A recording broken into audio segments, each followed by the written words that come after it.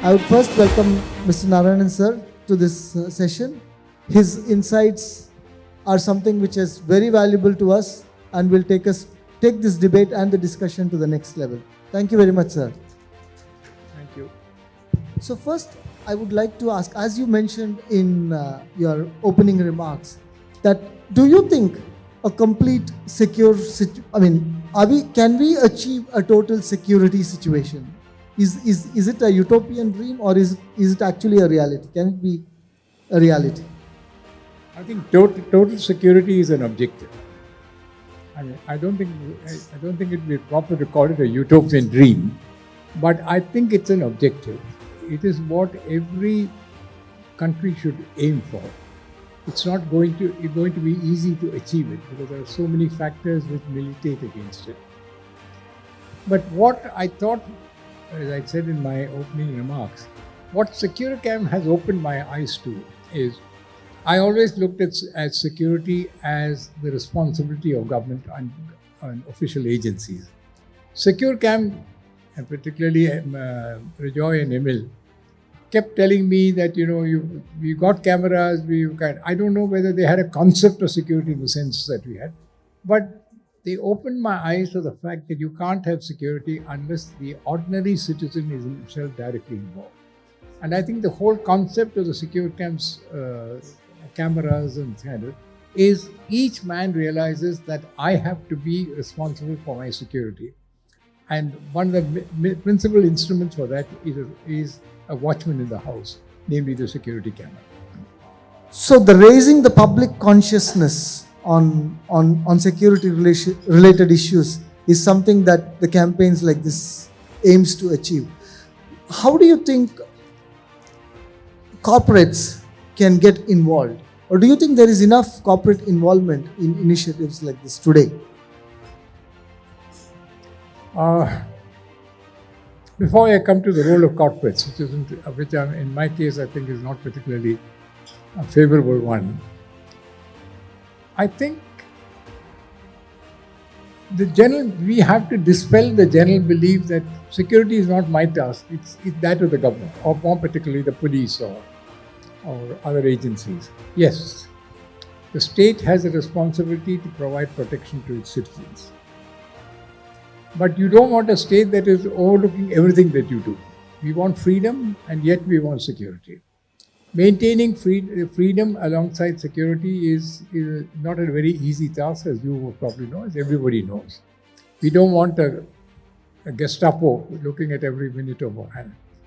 I want at least the days that I used to work on a regular basis, when I leave the house and if I left the wife and children at home, I don't need to think about it. All the time I thought, yes, there's a policeman there, there's a beat policeman, there is other kind of people looking at it.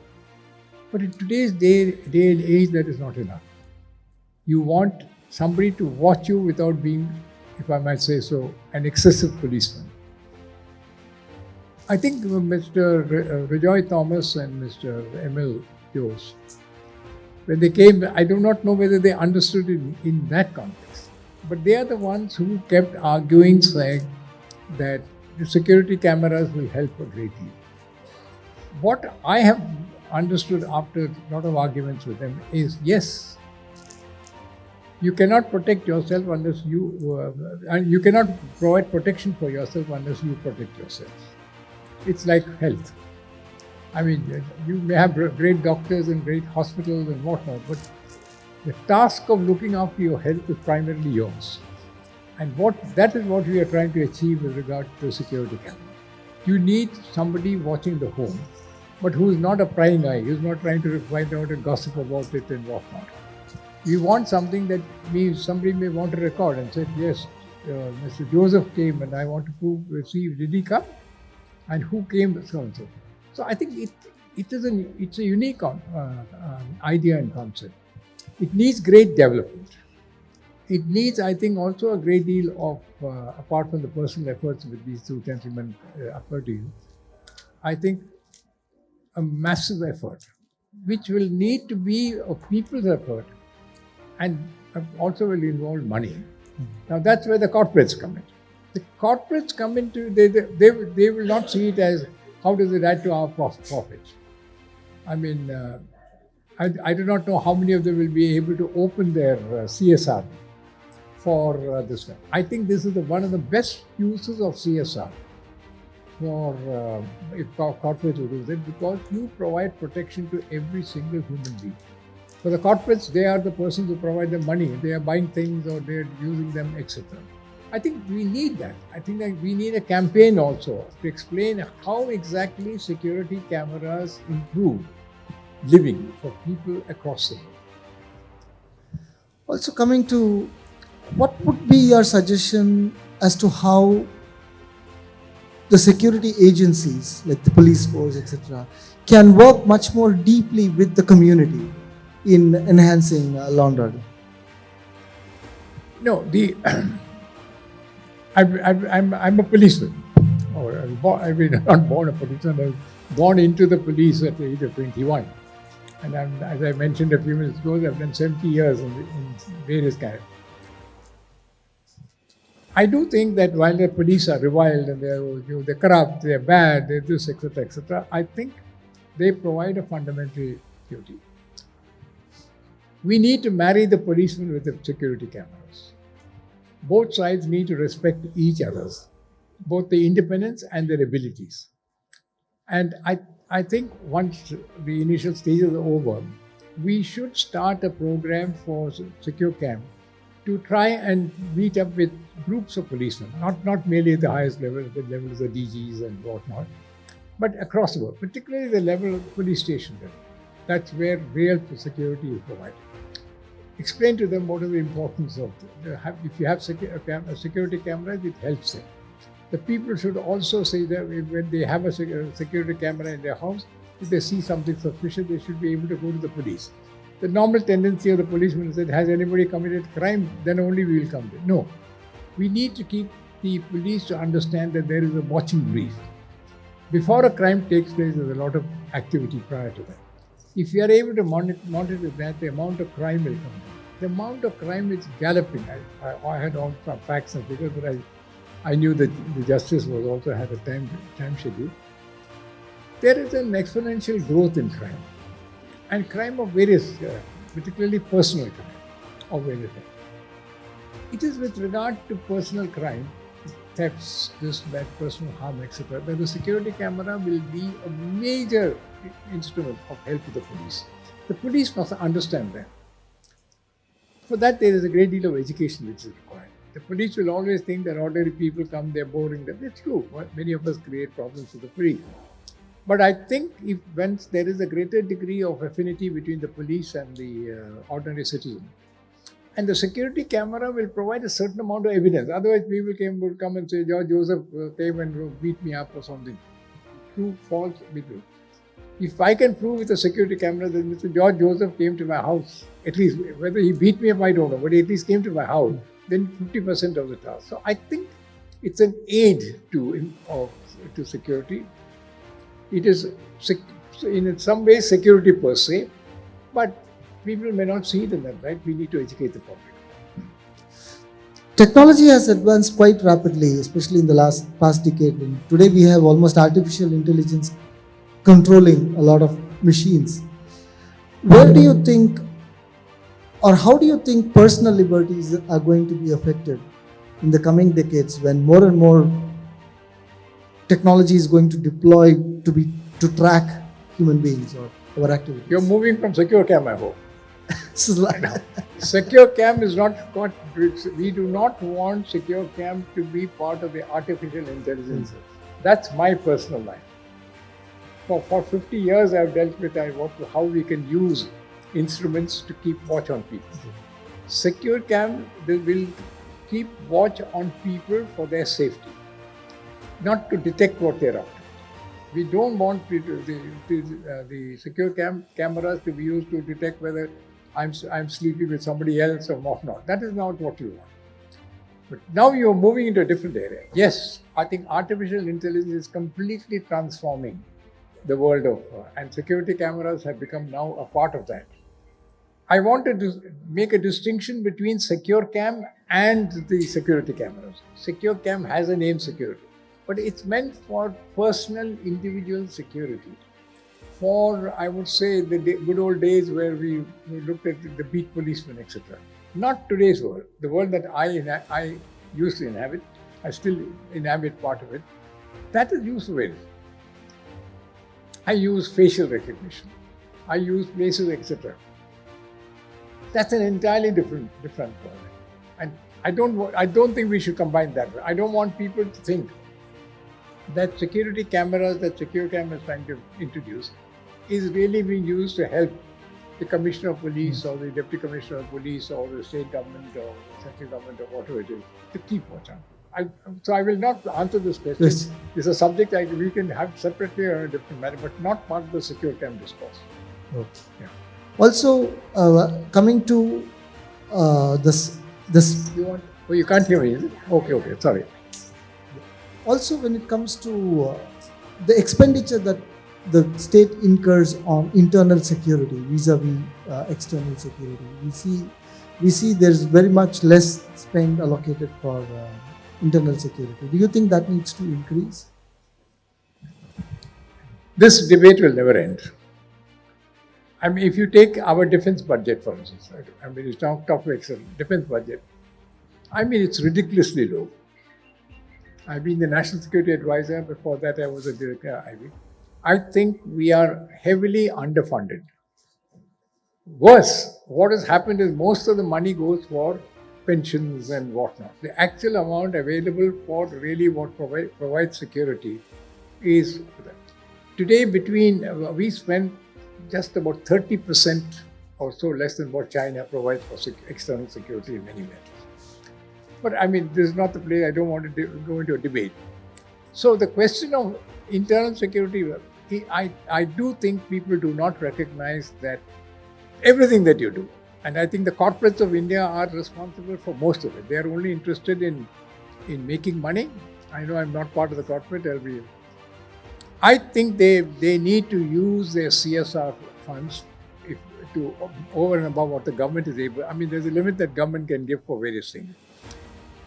I think Secure Cam has introduced and particularly converted people, I mean, to say that your security is your responsibility. And I think that's what is required. I mean, big corporates think that they have no responsibility for any security. They are there because of the humble policeman. I can tell you in the days when I was the head of intelligence, whenever you caught a terrorist, those are mostly Sikh terrorists and the ones in the northeast, they would say how frightened they are of a policeman. I mean, we deride policemen. Oh, he's fat fellow, he's badly managed, he doesn't do that. You don't realize how much the criminal is afraid of him. You may shoot him or give him death.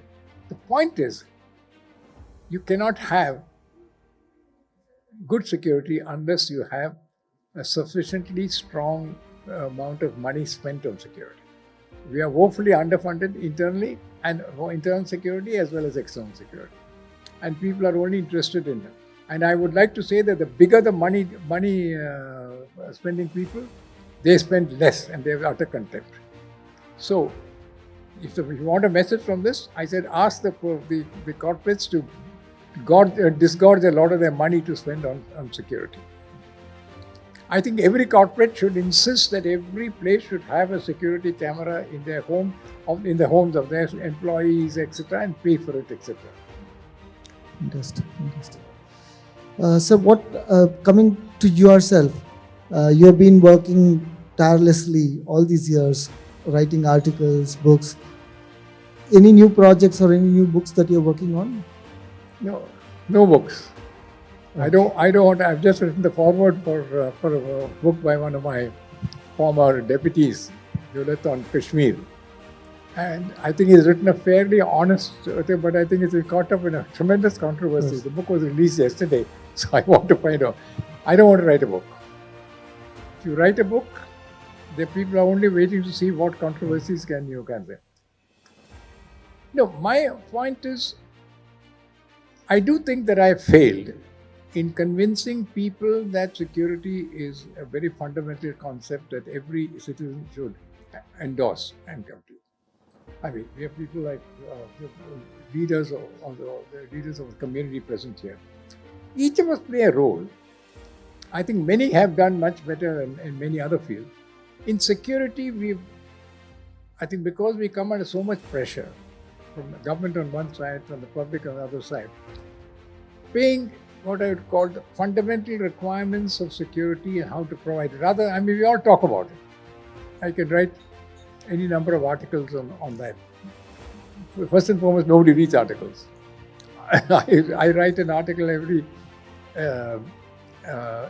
month for the Hindu on a variety of subjects.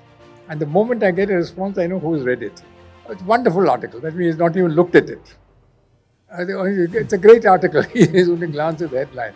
So the point is, we need to work with our shoulders to the wheel. I mean, Sir Robert Peel created the first, civilian police in the world. I think we need to go back to the basics. That is not happening. We're all interested now. Technology is gone. There's a limit to technology. If you produce technology like secure cam, for instance. It's very simple. I mean, it's not a great revolutionary item. But it tells you if there's a camera, you want one or more cameras in a place, you have a good idea of what is taking place. You need somebody, if you try to convince somebody saying that Joseph came to my house, the camera says he did come or did not come. And there are several things that we are going into high-fangled. Everybody wants artificial intelligence kind of thing. I mean, I find writing articles now is much easier. I start off with ChatGPT. Please provide me the basics. Then I embellish it. So, I mean, this is ridiculous. I think it's foolish in many ways. So, don't go only, we need technology. But I think I don't want to keep praising Vijay and Emil all the time. They've opened my eyes to the fact that as in many other areas, but certainly in security, your security is dependent on how much you are investing in it. And when I'm saying investing is not that have AI cameras and facial recognitions and whatnot. But where do I need, how do you place a camera is important, how much of it your security you want to protect, all that. So I think that what we really need to do is security for the citizen. And the citizenry must do all the great deal. And don't really say the responsibility of the state government, the Home Ministry or the Commissioner of Police. No, yes, they're all there. But I think like a doctor and a patient, you must protect yourself by doing the basics of the task. And for those people who cannot afford to buy for themselves, I think the corporate should get involved and campaigns like this should come. I think if at any time I have the authority, I'd make all these fellow corporates who are making money to say at least 10 to 15% must be spent on simple things. No, they will have, 25 policemen, 25 guards will be there, etc. Please do some simple things and then pay attention to how it is kept. They'll put up cameras and they'll all go out of order after some time and then nobody bothers about it. So I think the message that we need to send out, two very unlikely ambassadors, namely Rajoy and Emil, have in a sense created a storm in the world of security. Thank you. Thank you very much, sir. Thank you. Thank you.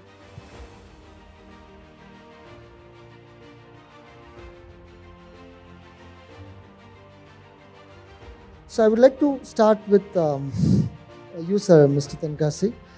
So we are looking at economic benefits. I mean, we all know that the fundamental responsibility or the fundamental cause for a society to grow is an environment that surrounds it. So I would like to find out how do you think a safe neighborhood can transform into or a secure neighborhood can transform into a prosperous neighborhood? What are the factors? So அனைவருக்கும் வணக்கம். So நான் 2 பாஷையும் தெரியுங்க, தமிழும் தெரியும், English தெரியும். நான் தமிழில் பேசினா அதிக மக்களுக்கு புரியும்னு நினைக்கிறேன். So I like to speak in Tamil. See, just by saying I like to speak in Tamil, you people clapping. See,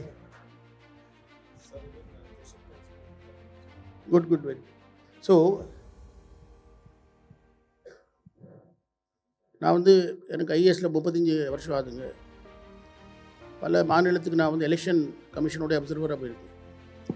மாநிலம் பேர் சொல்ல விரும்பல. சில மாநிலத்துக்கு போனால் நம்ம போன ஜென்மத்தில் ரொம்ப புண்ணியம் பண்ணிக்கோ தமிழ்நாடு சொல்லி ஒரு என்ன வரும்.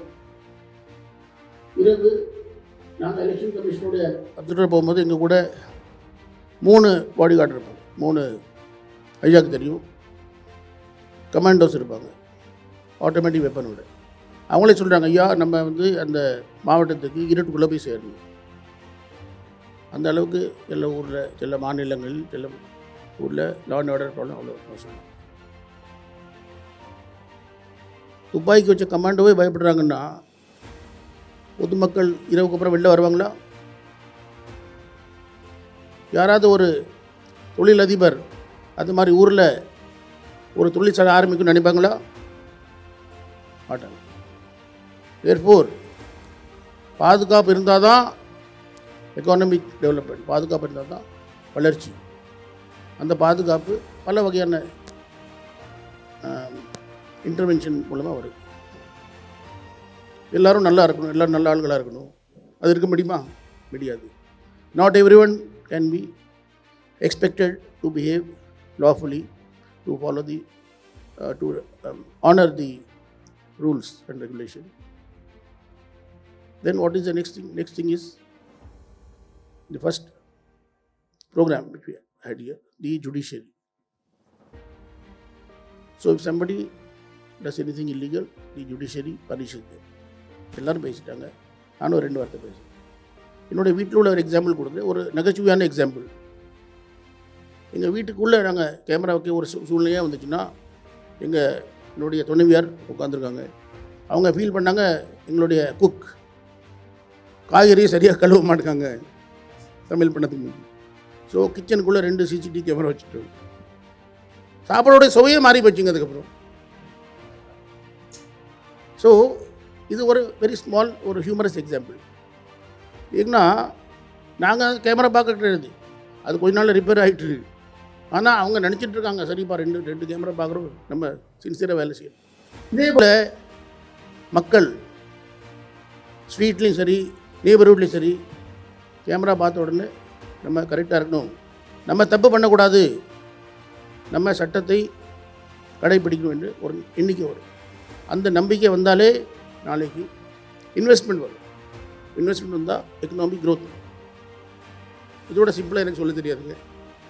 So therefore a peaceful, I like to speak in both the languages, a peaceful atmosphere is very, very essential for economic growth, and that is the reason why I personally support this initiative, which is a path-breaking initiative, I must say.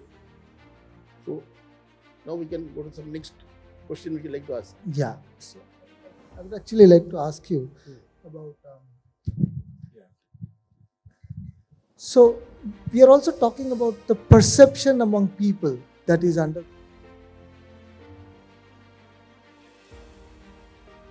believe that this is possible, and more people should start thinking from the aspect of how he or she can contribute or what role they can play. So and that in turn can lead to economic development or a positive belief that this is possible. So what are your thoughts on the importance of such perception or the lack of such perception that we today have in our society, and how such initiatives can change them? Okay. Thank you for the opportunity.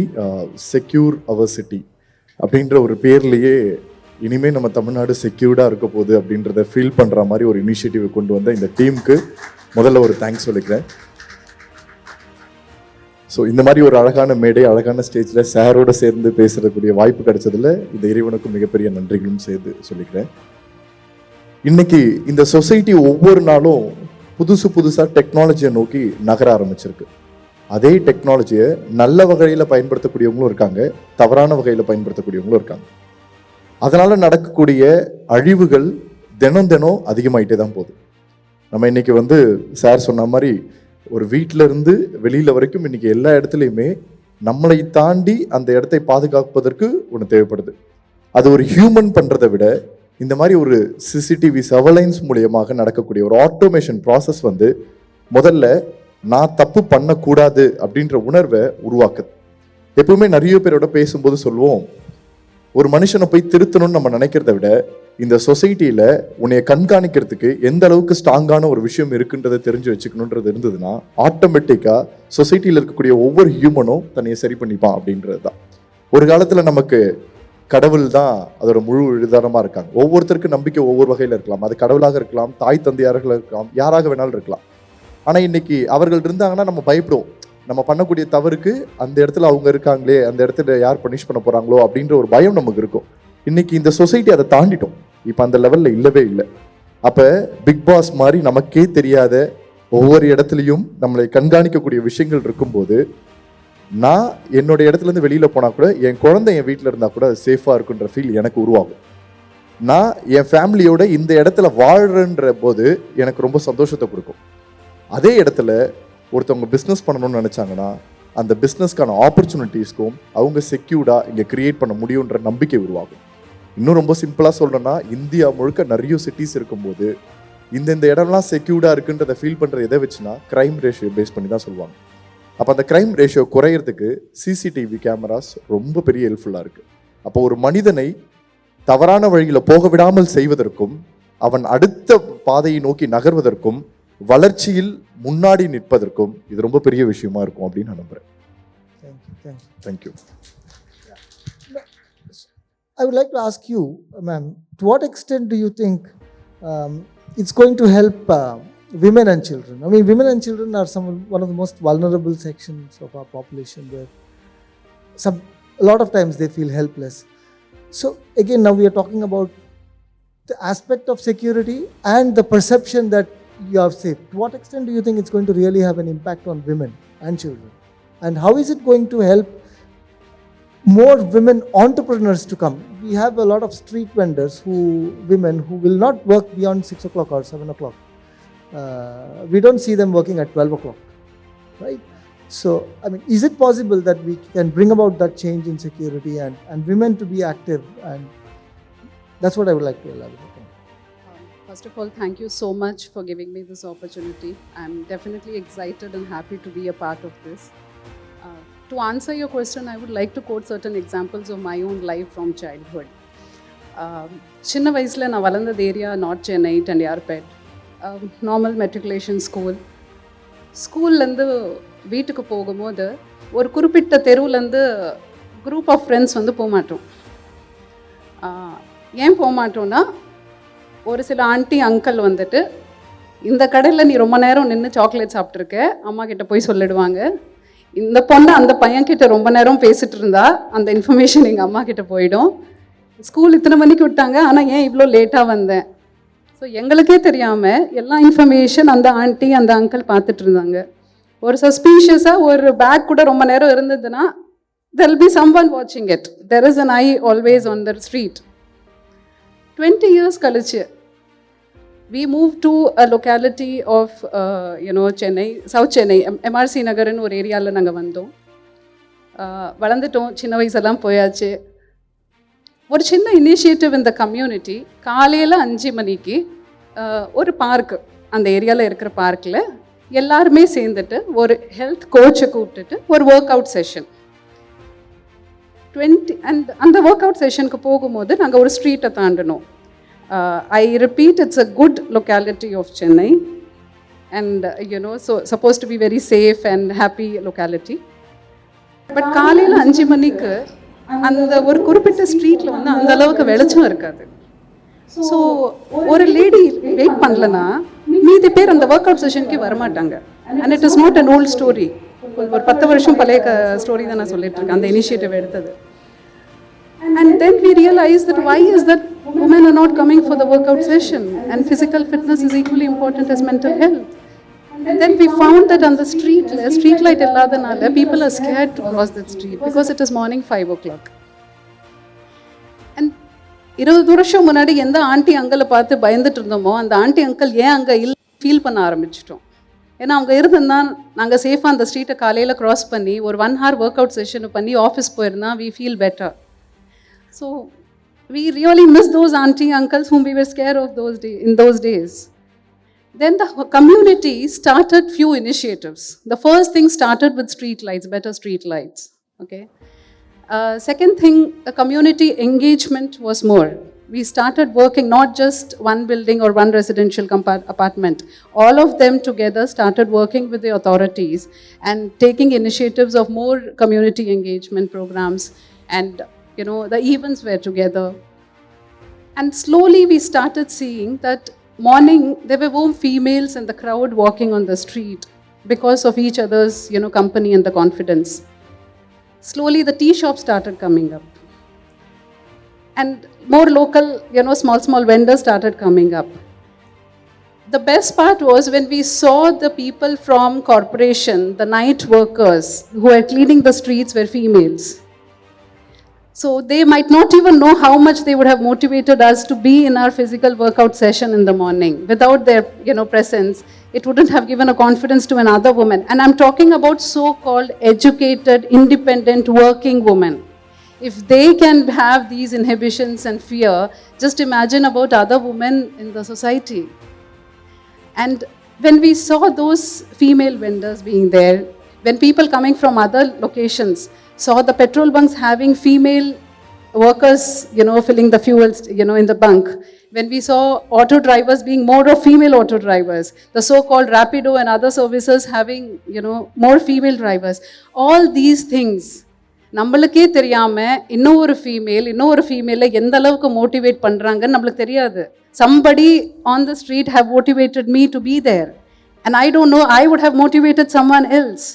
So like that, once it started with one small initiative of street light, and then the community engagement. Then we realized that the apartment tracking system has to be very, very secure.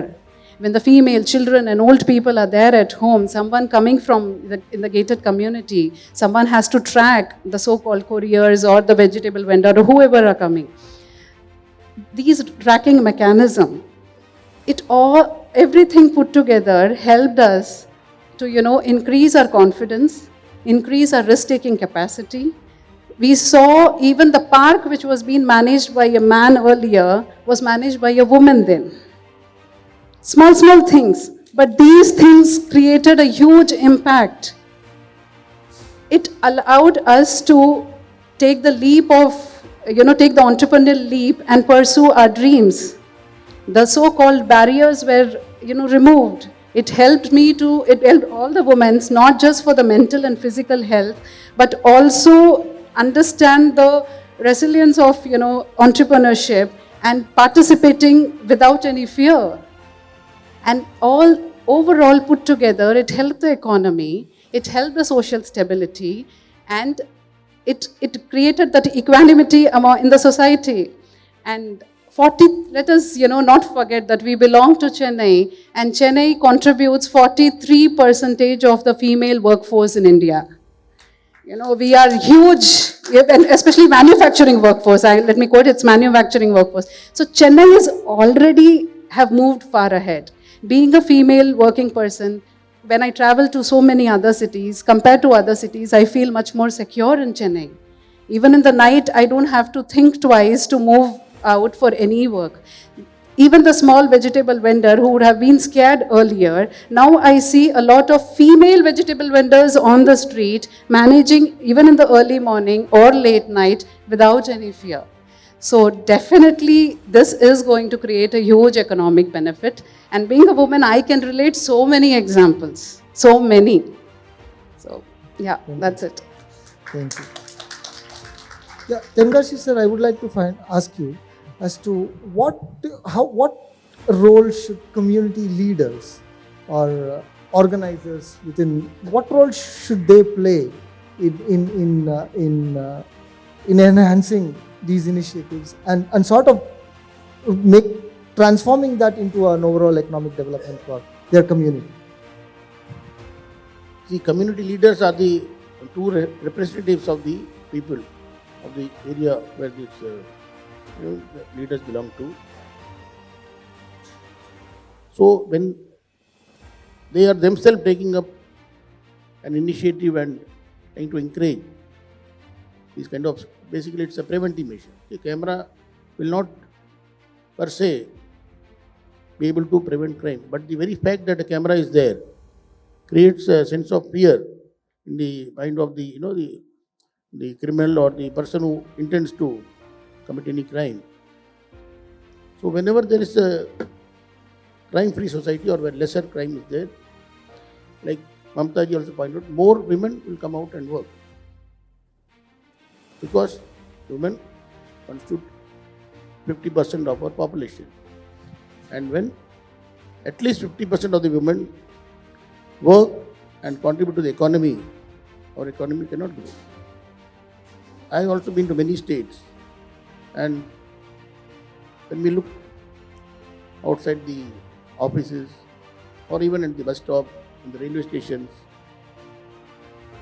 I assess the economic development of the state or of the particular city, the particular area, by seeing, observing what is the percentage of women who are traveling by the bus, who are going to the office, who are going to the college. When you go to a state like Tamil Nadu or even Kerala for that matter, you find and you feel very happy. Women outnumber the number of men who are part of the workforce. Kerala, of course, most of them are working in the Gulf. Most of the men are working in the Gulf. Still, unless both the male and female partner in a society contribute to the economic development, the development cannot happen. Community leaders, again, I'll come back to community leaders. Community leaders are of many types. You have a panchayat president who has been a legally elected community leader. Then you have the resident associations, what Mamta was mentioning. There are some very proactive resident associations, and now, of late, in the last 10-15 years, they have been legally empowered. The resident associations are empowered to collect the maintenance charges, and also a lot of legal powers have been given to them. So these are the leaders. Then bureaucrats like us, who can also be called to a small extent a community leader, because of the fact, because of the service we belong to. IAS officer, there's a perception that he's a leader, he can get things done, and whatever he says is sort of truth and good for us. So community leaders certainly a very important role to play, and this is the initiative where the first session has been chaired by the Honorable Judge of the Supreme Court, co-chaired by two Honorable Judges of the High Court, and now the coming sessions also we have got IAS, IPS officers and many people coming. So this is the initiative, and the first time in the city of Chennai that such an initiative has taken place. And Mamta was the last minute introduction, but I requested the organizers that we are talking about safety of women, then let us request one woman leader on the corporate side also to come and address it. So it is the responsibility of not only the community leaders, but each individual to ensure that our city, which is already quite safe, becomes safer and we get more investors. I give another small example. I like to give examples. You all know there was a big agitation for the formation of a separate state called Telangana. So those days I was in Government of India and I used to see it on the media only, I used to watch. So for those few years when this agitation took place, all the investments which could have been directed towards Hyderabad ended up in Chennai and Bangalore. So wherever there is a perception that things are not going to be peaceful, there's going to be law and order problem, the investment shifts elsewhere. When our city is safe and the entire country is safe, perceived to be safe, we'll get not only investment from within the country but even from abroad. So certainly with this type of initiative, and this is only the beginning. Picture abhi baki hai, mere dost. This is only the beginning. Chennai, they have planned in 4 other cities. So not only for, I'll try to convince them to cover maximum number of schools. And we'll also look for good sponsors. Ultimately, you are showing the way. And when other people also feel convinced that we are doing the right thing, there will be no dearth of sponsors, no dearth of support. And in the future, we will be playing a very important role in contributing to the national economy. I think I have covered most of it. Most of it. I would like to ask you, in terms of, do you think our cities have actually lagged behind urban areas, some pockets, and have experienced, or rather disproportionate growth because of the security issues compared to... So urban area, right? Yeah. Okay. So there are a few factors, urban and semi-urban, there are so many things are there. From like the perspective of the people who settle like Annanagar or somewhere in the rich areas, it has been somewhere, it has been covered. Because of the people, நல்ல ஒரு life settled இருக்கக்கூடியவங்களுக்கு, they know very well how they should secure everything. So that's the reason the people are done a good job. But unfortunately, you have to think about other sector also, the people from poor background or either economically weaker. Even though Chennai city is a great city, we have a 15 zones, zone 1 to zone 15. It's covering around Chennai, North Chennai, Central Chennai and South Chennai, some kind of things.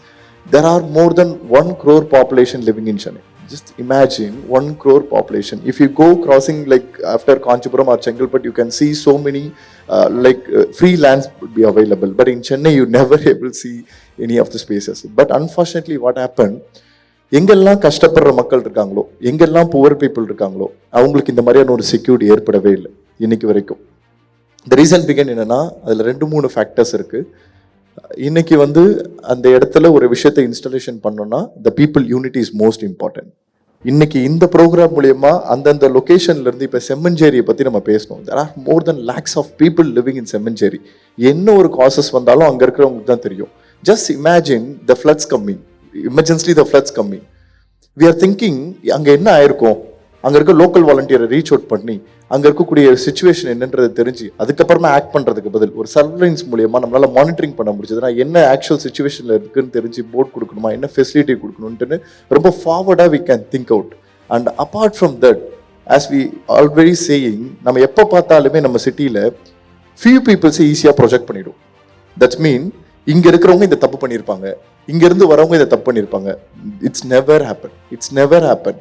There are some few people anywhere, அவங்க வளரும் போதே இறக்கும் போதே தப்பு பண்ணும்போது அவங்களால கண்காணிக்கப்படாம மாட்டிக்கொள்ளாம இருந்தவங்க எல்லாருமே, அல்லது மாட்டிக்கிட்டு ஒரு வாட்டி ஒரு இந்த விஷயத்தை அனுபவிச்சவங்க எல்லாருக்குமே இது ஒரு கெத்தா ஃபீல் பண்றவங்க மட்டும்தான் திருப்பி கிரைம்குள்ள இன்வால்வ் ஆகுறாங்க. பட் ஆனா அவங்கள நம்ம வேற ஒரு டீமோட சேர்த்து கனெக்ட் பண்ணி பேசுறோம். ஒரு எக்ஸாம்பிளுக்கு சொல்லணும்னா, we have a கண்ணகி நகரின் Thoraipakkam area. So there are so many lakhs of people living. But ஏதாவது பிரச்சனை உடனே அங்க சொல்ற பாயிண்ட் ஆஃப் சொல்லக்கூடிய பீப்புள் பெர்ஸ்பெக்ஷன்ஸ் இருக்கு. இப்போ யோசிச்சு பாருங்க, ஒரு சிசிடிவி ஃபுட்டேஜஸ் இருக்கு, அங்க நடந்த ஒரு இன்சிடென்ட் தான், அந்த இன்சிடென்ட்ல இந்த கிரைம்ல இன்வால்வ் ஆனவங்க கண்ணகி நகரை சேர்ந்தவங்க இல்லை. அப்ப இட்ஸ் ப்ரூவிங் தெம் அவங்களுக்காக ஒரு மனிதன் குரல் கொடுக்குறாங்கன்னா அது இந்த மாதிரியான ஒரு செக்யூரிட்டி சிஸ்டம்ஸ் மட்டும்தான் அந்த குரல் கொடுக்கும். அந்த குரல் கொடுக்கக்கூடிய ஒரு ஆப்பர்ச்சுனிட்டிஸை தான் நம்ம கிரியேட் பண்றோம். ஸோ எப்பவுமே பீப்புளுக்கு, பப்ளிக்கு, அதாவது எல்லாருமே நடந்து போறவனோட கைப்பிடிச்சு நடந்து போறது பெரிய விஷயம் இல்லை. நடக்கவே முடியாம உக்காஞ்சிட்டு இருக்கவங்களை கைப்பிடிச்சு தோல் மேல கை போட்டு அவங்க கூட சேர்ந்து ஒன்னா நடந்து போறதுலதான் உலகத்தோட சக்சஸ் இருக்கு. ஸோ அதை இந்த விஷயத்து மூலமா எக்ஸிக்யூட் பண்ணும்போது that's makes it to the successful. Thank you.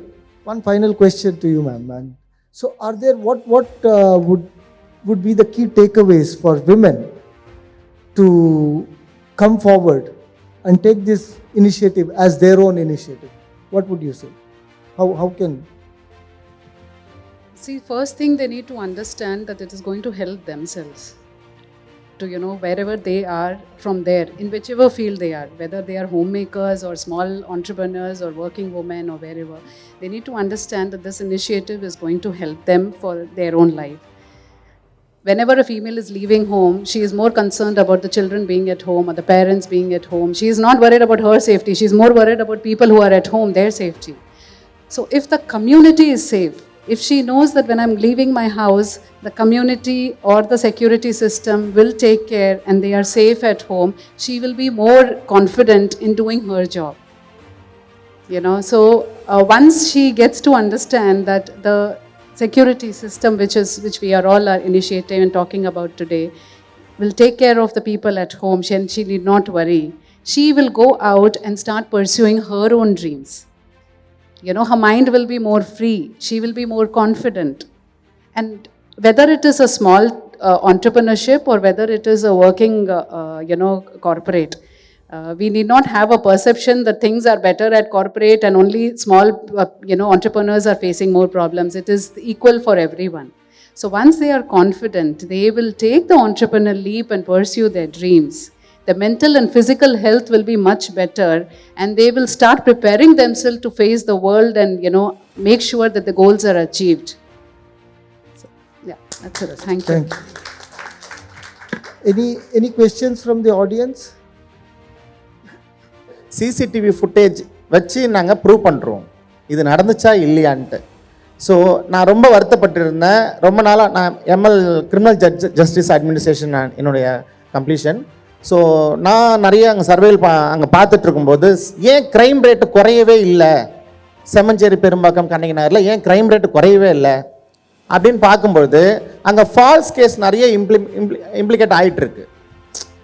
அது சார் சொன்ன மாதிரி செம்மஞ்சேரி கண்ணகி நகர் அப்படின்னாலே அவங்க தப்பு பண்ணியிருப்பாங்க அப்படின்ற ஒரு தாட் வந்து சொசைட்டியில் இருக்குது. அது போலீஸ் மத்தியிலையும் அந்த மாதிரி இருக்குது. அதனால் போலீஸ் வந்து பார்த்தோம்னா ஒரு அக்யூஸ் கிடைக்கலையா உடனே அந்த செம்மஞ்சேரி பெரும்பாக்கத்தில் யார் இருக்காங்க அவங்கள கூப்பிட்டு அவங்க வந்து சேர்த்துடுறாங்க, கன்ஃபெஷனில் சேர்த்துடுறாங்க. ஸோ இப்போ சார் எடுக்கிற இந்த மாதிரியான இனிஷியேட்டிவில் என்ன ஆகும்னா அந்த இடத்துல அந்த அக்யூஸ்ட் வந்து அவங்க சொல்கிற அந்த அக்யூஸ் வந்து அந்த குற்றத்தை பண்ணியிருக்காங்களா இல்லையான்றத சிசிடிவி ஃபுட்டேஜ் வந்து மூலமாக அந்த அக்யூஸை நாங்கள் சேவ் பண்ணுறோம் கோர்ட்டில். இது வந்து நான் ரொம்ப இது யார் இப்படி போகிறாங்க கத்தி காட்டி ஒரு 100 ரூபா இருந்தால் போதும், ஒருத்தர் ஒரு கேஸில் சேர்த்துடலாம். எங்கள் செம்மஞ்சேரி பெரும்பாக்கத்தில் சின்ன கத்தி ஒன்று வாங்கி வச்சுட்டு போதும் சேர்த்துடலாம். அந்த மாதிரி ஒரு சொசைட்டியில் இன்றைக்கி ரொம்ப கஷ்டமான சூழ்நிலை எங்கள் மக்கள் வாழ்ந்துட்டுருக்காங்க. அந்த மக்கள் இப்போ பார்த்தீங்கன்னா இப்போ ஒருத்தர் பிடிக்கிறாங்க. உங்கள் ஏரியாலையும் அடுத்த நிகழ்ச்சி வர உங்கள் ஏரியாலையும் ஒரு மிகப்பெரிய நிகழ்ச்சி நடக்க போகுது.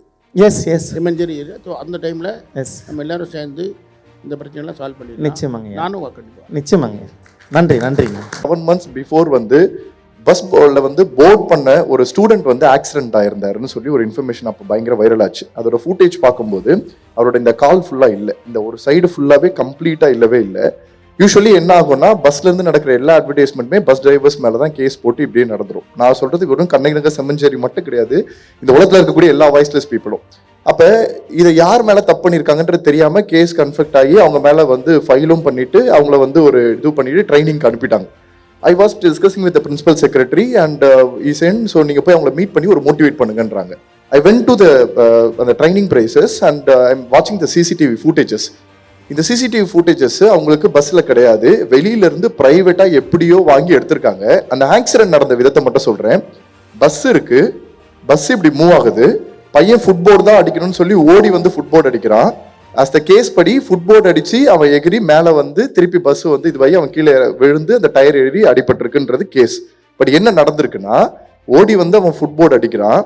லெஃப்ட் சைடில் பைக்கெல்லாம் இருக்கும் இல்லையா, சும்மா ரோட்டில் பார்க் பண்ணியிருப்பாங்க, பார்க்கிங் ஏரியாவை விட்டு வெளியில் பார்க் பண்ணியிருக்காங்க, ரோடுக்கு பக்கத்தில் பார்க் பண்ணியிருக்காங்க.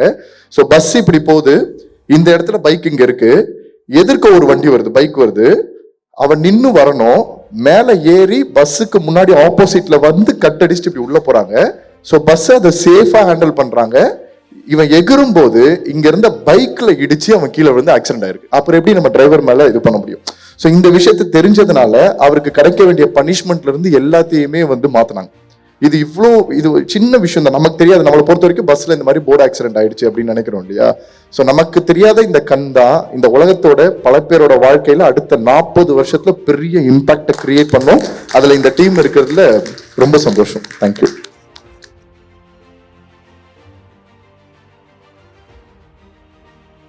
Mr. Suresh, especially, he's unwell, but still he has managed to come on board and give his insights. Thank you very much, sir. Dr. Radhika, I would like to start from you as to when you're also in charge of a hospital. When you plan your CSR campaigns I mean, what initiatives first come to your mind? How do you go about it? As a corporate entity which deals with healthcare, our CSR initiatives mostly would be health, then education, and probably women empowerment are few things. இதுவரைக்கும் நம்ம most இம்பார்ட்டண்ட்டாக பார்த்துட்டு நம்ம பண்ணிட்டு இருந்தது.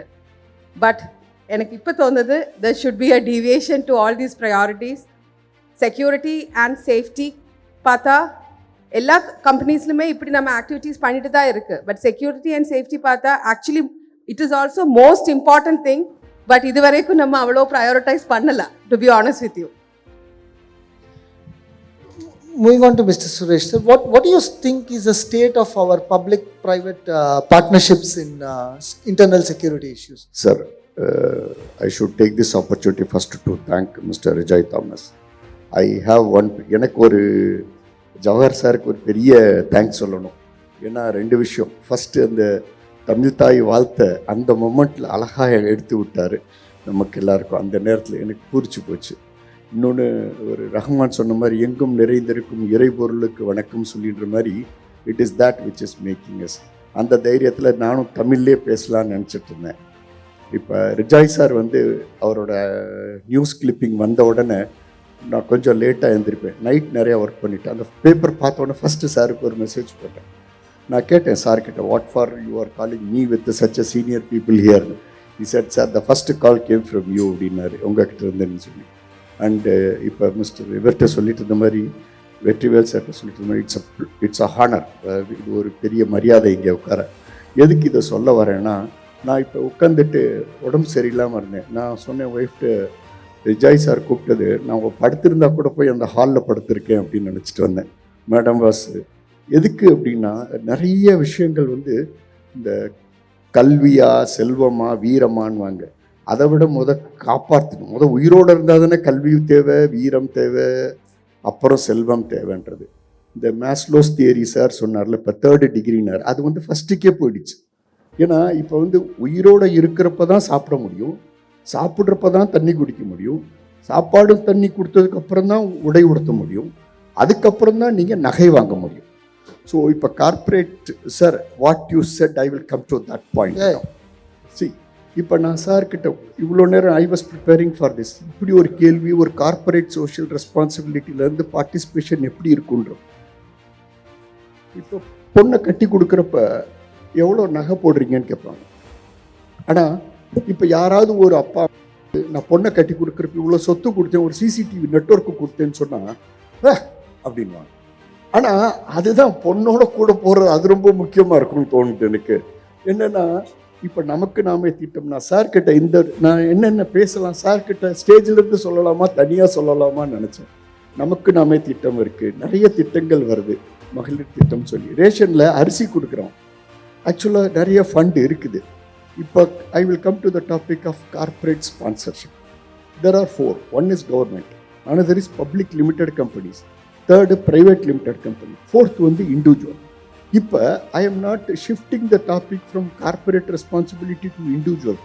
But you imagine, வீடுகளில் பல லட்சங்கள், அட்லீஸ்ட் கோடி சொல்லாட்டி பல லட்சங்கள், பல ஆயிரங்களில் நகை வாங்குகிறோம். ஆனால் எவ்வளோ பேர் நம்ம சிசிடிவி வாங்குவோம்? அந்த நகையை காப்பாற்றுறதே அந்த சிசிடிவி தான்.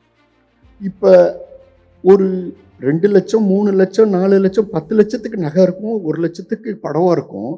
ஆனால் ஒரு 30,000 ரூபாய்க்கு ஒரு சிசிடிவி சிஸ்டம் இருக்காது. 60 லட்ச ரூபாய்க்கு வீடு கட்டுவோம், ஆனால் 60,000 ரூபாய்க்கு ஒரு சிசிடிவி சிஸ்டம் போட மாட்டோம்.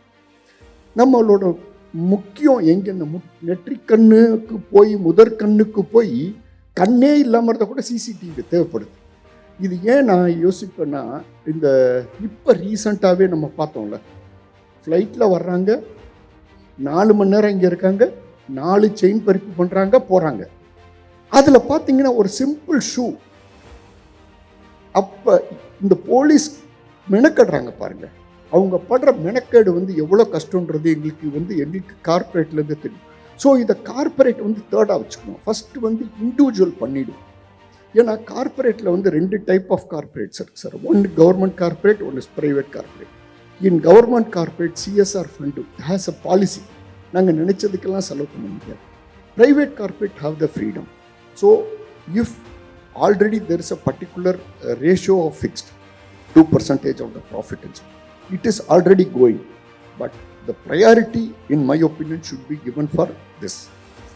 And Rijay ji, I don't know, sometimes in the கஷ்டமான காலத்தில் யாராவது இறங்கி வருவாங்கன்ற அந்த மாதிரி இது செக்யூர் அவர் சிட்டியா, இந்த சி வந்து எஸ்ஓசியில் சிட்டியா, சென்னையா, கண்ட்ரியா, இல்லை சிவிலைசேஷனா, எந்த சீன் தெரியலை எஸ்ஓசியில்.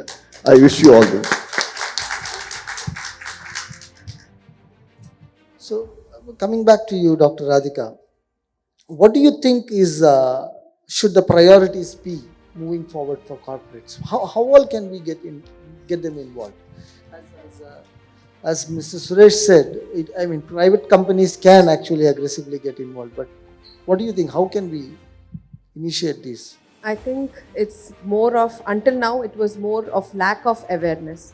So now, currently moving forward, I think there should be more awareness which should be given to the corporates or which should be given to the public, so that the private corporates also can be involved in this. Okay, we can join hands with the public authorities like the police force or the other administrations, city administration. So we can hold hands with them and we can definitely take it to the next level. So now the first comes awareness, and then comes the prioritizing of security and safety, which is going to happen now. So one of the key things when we are talking about corporates and CSR is the measurability factor. So usually we have to measure the impact of whatever we are spending on. How do you think we can measure the success of security? Sir, when one important question you asked about artificial intelligence, Narayanan sir said it is too big a subject and I would like to keep it. Like that, anything, there are only 4 things in the earth you can measure: physics, chemistry, biology, and maths. These are science laws by God. All others are opinion. You call 33%, 83%, it is an opinion or it is an assessment. So it is very difficult to assess a security. But what I would like to say is that feeling should start from the education side. See, your father gives you such a costly mobile. They take loan, mobiles are even stolen. But when that much value which is there for a thing which is going to be a secondary to you, in a primary, if somebody has to come and tell you in a measure and tell that this is important, I think this is the first important thing. The moment you are alive, the next thing which is required is this. Even for non-living things, it is required. Like insurance. See, you want to say measurement. We had earlier one policy called a tariff advisory committee. When you go to a company and insurance company and insurance, they will ask whether you have met all this tax. Like that, any insurance company should take acceptance of insurance only when that premises is guarded or that individual living civilized place is guarded. So the measurement can come only with that. How many percentage of area is covered? Out of the CCTV covered area, how much percentage? If this can be a unit of measurement, like a CRISIL rating, there should be some standard to bring it.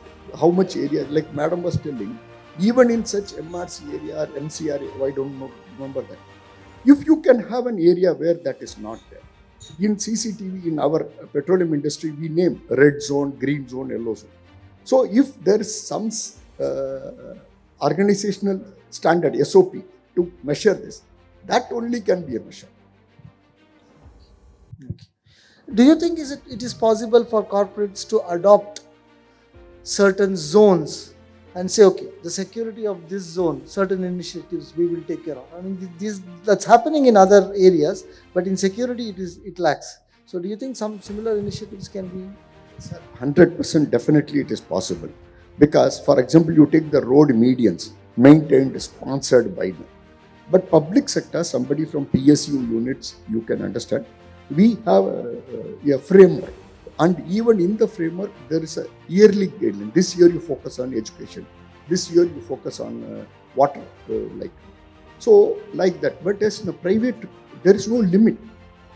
There are NGOs, there are private firms who are doing more than the CSR's contribution of that. So definitely that's a good thing.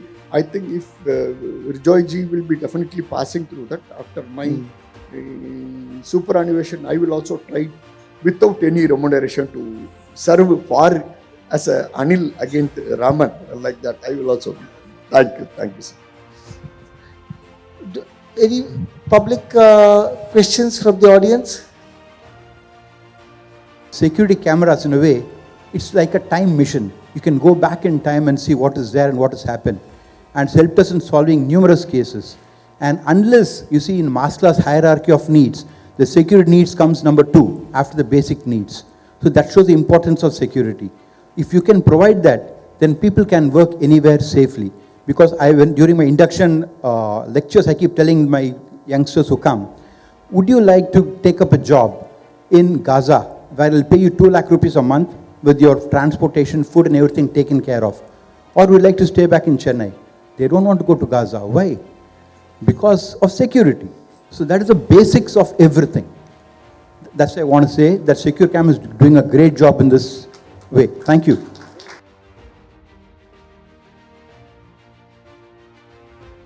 செக்யூர்டா நம்ம இந்த உலகத்தை வாழ்ந்துட்டு இருக்கோமா அப்படின்ற இடத்துல வந்து இப்படி ஒரு 2 legendary people sitting on the stage, அதுக்கு நடுவில் நான் மாடரேட் பண்றேன் அப்படின்றது ரொம்ப சந்தோஷமா இருக்கு. Let's give it a huge applause for both of them and thank you both of them for joining. Thanks a lot, ma'am. Ma'am வந்து I met her 25 years ago. நாங்க ரெண்டு பேரும் வந்து ஒரு அதாலத் பண்ணோம். Very great learned person. We had to mediate something and I could see how much of emotions and how much of knowledge she had to settle one matter. So I'm feeling really privileged to be here co-chairing with ma'am. See, my journey as a lawyer started some 27 years ago. இங்கே வந்து camera பற்றி ரொம்ப insist பண்ணி கேமராவோட role எந்த அளவுக்கு வந்து important in today சினாரியோங்கிறது வந்து from morning we had been hearing time and again. And I heard Mr. Jawahar IAS speaking about some examples he had given. My Mrs. Mamta Sharma also gave some examples. And the examples எல்லாம் சொல்லும் பொழுது we are able to connect. And இவரும் வந்து ஒரு example சொன்னாங்க from IIT, Mr. Hari Krishnan. So on the examples சொல்லும்போது the impact is more. So then I thought I had prepared one big chart. இதெல்லாம் பேச போகிறோம் but we need to only cater the needs. இப்போ இங்கே இருக்க மக்களுக்கு வந்து நான் law பேசினேன்னா அதோட impact வந்து it may not really reach them. Then I thought, okay, what can I speak? So on the spot I decided, let me just give some examples.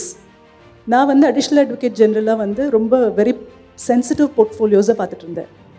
Commissioner of land administration, அதே மாதிரி பார்த்திங்கன்னா department of home, that police vigilance, இதெல்லாம் வந்து என்னோடய டிபார்ட்மெண்ட்டாக இருந்தது. ஒரு very sensitive case, it was the before court hall number 2. எங்களுக்கு எப்படின்னா ஒரு பண்டிலும் வந்து எங்களுக்கு வந்து ஒரு பொக்கிஷம் மாதிரி. அந்த பண்டிலில் தான் எல்லாமே இருக்கும். It was not digitalised. அப்போது நான் சொல்கிறது வந்து ஒரு 4 இயர்ஸ்க்கு முன்னாடி. இம்பார்ட்டன்ட் பேப்பர்ஸ் எல்லாமே அந்த கட்டு, நீங்கள் பார்த்துருப்பீங்க, வக்கீலுங்கெல்லாம் ஒரு கட்டு வச்சுருப்பாங்க. எனக்கு வந்து கட்டு காணா போகுது வில் பி வெரி எனக்கு வந்து அது ரொம்ப சென்சிட்டிவான விஷயம். ஏன்னா தட் ஷோஸ் மை பர்ஃபார்மன்ஸ். ஒரு கட்டு காணா போச்சுன்னா that shows my inability. So அதனால் அது வந்து எங்கள் ஆஃபீஸில் வந்து ரொம்ப கேர்ஃபுல்லாக இருப்போம். எந்த கட்டு வந்து கோர்ட்டுக்கு வந்தாலும் திரும்ப வந்துடணும், திரும்ப கொண்டு வந்துடணும், யாரும் திருடக்கூடாது, எதுவுமே எடுக்கக்கூடாது. கோர்ட் ஹால் நம்பர் 2ல் அன்றைக்கி ரொம்ப சென்சிட்டிவ் மேட்டர் இருக்குது. அந்த கட்டு பார்த்திங்கன்னா திருடு போயிடுச்சு. என்ன பண்ணுவீங்க? கேஸ் ஆர்கியூ பண்ணணும், பட் கட்டு வெண்ட் மிஸ்ஸிங். தினடா ரொம்ப போச்சு, கட்டே இல்லைன்னா I can't go cut a sorry figure before the judges. So I had to, I just said I am handicap, I don't have my bundles, your lordship may just give me 1 day. I'll try to lay my hand on the bundle and I'll come back and make my submissions. They were very fair enough to accommodate me. The next day the matter was adjourned. So I don't know what to do. Then it struck me, we had a CCTV camera there. In the hall, we had a CCTV camera. So because the High Court over here, what we have in Tamil Nadu, in the Chennai, it's under the CISF, Center of எங்களுக்கு வந்து தனி special police forces there for this court. So CISF கிட்ட போயிட்டு ஒரு letter ஒன்று கொடுத்தோம். இந்த மாதிரி எங்களுக்கு ஒரு ப்ராக்டிக்கல் டிஃபிகல்ட்டி இருக்குது, இந்த பண்டில் காணா போச்சு. Because I was suspecting my own staff. I thought இவங்க ஏதோ பணம் நிறைய வாங்கிட்டு எடுத்துட்டாங்களோ கொடுத்துட்டாங்களோ இந்த மாதிரி. ஐ வாஸ் ஜஸ்ட் வண்டரிங் இங்கே எப்படி போயிருக்கோம். Then to my surprise my other side advocates junior had taken it. And I could see he came around அப்படியே ஒரு இது மாதிரி வர்றாரு, இப்படி இப்படி பார்க்குறாரு. he didn't even realize there was a camera. அப்படியே எடுத்துகிட்டு போயிட்டாரு. And next day onwards that guy didn't, when I gave a complaint they knew because they had to identify. They found out that this guy only had taken it and he didn't have face to even look at me. So அங்கே வந்து எனக்கு first I then thought the importance of camera. One girl was, this case happened in Maapandur near Viluppuram. They found the girl to be dead. Found dead. They had to, the girl had maggots in her body. From a well, they had to take the body out. இங்கே வந்து கண்டுபிடிக்கிறதுக்கான ஒரே ஒரு விஷயம் என்னன்னா அந்த CCTV camera இருந்தாங்க. That helped a lot. So then I had to tell the court that let's just transfer this case to CBCID. Of course, we had to consult with the government, and the Chief Secretary and the Home Secretary had given the consent, and I had to tell the court that we transfer the investigation to CBCID. Normally, investigations from one agency to another agency, shifting is very difficult, and we can't go and concede, and we had to concede. What was the basis? The CCTV camera footage was the basis. So why am I even saying today, what are we talking about? What are we looking forward for when it comes to the safety of women and children? ஒரு காலையிலேருந்து கேட்டோம், ஒரு society வந்து நல்லா develop ஆகுது, ஒரு success of society அப்படின்னா equal participation from both women and men. விமனோட பார்ட்டிசிபேஷன் நிறைய வர வர the economic development goes high. அந்த காலத்தில் சொல்லுவாங்க இல்லையா, வீட்டுக்கு வந்து சீக்கிரமாக வந்து 6 மணிக்கு மேலே வெளில இருக்கக்கூடாது, டாட்டர் கேர்ள்னா 6 o'clock மாதிரி வீட்டுக்கு வந்துடணும். ஏன்னு சொன்னாங்க, ஏன்னா வெளிச்சமாக இருக்கும், இட் ஹேட் குட் லைட்டிங், தப்பு பண்ணுறதுக்கு பயப்படுவாங்க. So the girl has to come back home. இதுதான் அவங்களோட மைண்டில் இருந்தது. இப்போ அதே வந்து you are able to give them that security, good lighting first. இவங்க வந்து வெளில போனாங்கன்னா தைரியமாக வந்து ஒரு கேமரா வந்து வாட்ச் பண்ணிகிட்டே இருக்கு அப்படின்னு ஒரு கான்ஃபிடன்ஸ் இருக்கிறதுனால கேர்ள்ஸ் வந்து ஆட்டோமேட்டிக்காக they'll go out and then work and the potential of productivity will go out. So இந்த மாதிரி விஷயங்கள்லாம் தான் வந்து இந்த கேமரா வந்து யூஸ் ஆகுன்றது என்னோட personal opinion. But if you have to get the census by last 5 yearsல பார்த்தீங்கன்னா drastically வந்து violence against women and children, especially in Tamil Nadu, has gone down. I think Madam will concur with me, because that's the census which the national body has given. Apart from that, I think camera, I also have a different thought about privacy, as rightly expressed by one of the panelists. We can't infringe on the privacy. But now when ஒரு camera இருக்குன்னா அது it's like including in to my privacy. So அந்த மாதிரி ஒரு ப்ரைவசிக்குள்ளே தான் போகக்கூடாது. Camera should be there. ஒரு ரோட்டில் வந்து நீங்கள் போகும்போது நார்மலாக தான் இருப்பீங்க, நீங்கள் அங்கே வந்து ஒரு பப்ளிக் உங்களை பார்க்குதுன்ற ஒரு இதில் தான் இருக்கும், அங்கே வந்து உங்களுக்கு ப்ரைவசி ஒன்றுமே இல்லை. Apart from that you have to include in to any privacy. Of course the data protection is something which they have to keep in mind. அங்கே வந்து எந்த விதமான ஒரு இன்ஃப்ரிஞ்ச்மெண்ட்டும் இருக்கக்கூடாது. ஏன்னா ஒரு ரோட்டில் வந்து கேமராஸ் வச்சுட்டோம், ஒரு தேர்ட் பார்ட்டி வந்து இப்போ நிறைய ஸ்டாக்கிங் கேசஸ் பார்த்துருக்கோம். விமனுக்கு இருக்கக்கூடிய பெரிய ப்ராப்ளம் ஸ்டாக்கிங், ஈஸிங் இந்த மாதிரி தான். ஸோ இந்த ஒரு கேர்ளை வந்து I heard somebody say what all the guy was up to. In Kerala, I heard Dr. Radhika saying the guy was disappointed, had implanted some cocaine, 2 kgs of cocaine in the girl's house. And she had to be arrested for that, and she underwent an imprisonment for 1.5 days. தேவையே இல்லை. எந்த மாதிரி cases எல்லாம் வந்து track பண்ணுறதுக்கு இந்த cameras வந்து ரொம்ப யூஸ்ஃபுல்லாக இருக்குது. But when it comes to privacy, I have my own belief that there can't be any Nobody can intrude into it. And data protection is something which has to be given predominant importance. Thank you. Thank you so much. அதாவது ஆக்சுவலாக மூழ்கிட்டாங்க சொல்லலாம். ஏன்னா அந்த 2 ஸ்டோரியுமே அவங்களோட ரொம்ப கனெக்டான story. ஒன்று அந்த கேர்ளோட incident, அதுக்கு அந்த கேமரா கண்டிப்பாக ஒரு ரொம்ப யூஸ்ஃபுல்லாக இருந்திருக்கு. அடுத்து உங்களோட ஃபைல், அந்த ஃபைல் கிடச்சதுக்கு அடுத்து செக்யூர் கேம் தான் அந்த இடத்துல இருந்திருக்கு அப்படின்னு நினைக்கிறேன். அதனால தான் அந்த ஃபைல் உங்களுக்கு உடனே கிடச்சிச்சு. And thank you so much. And further more பார்த்தீங்கன்னா next question is kind of very emotional.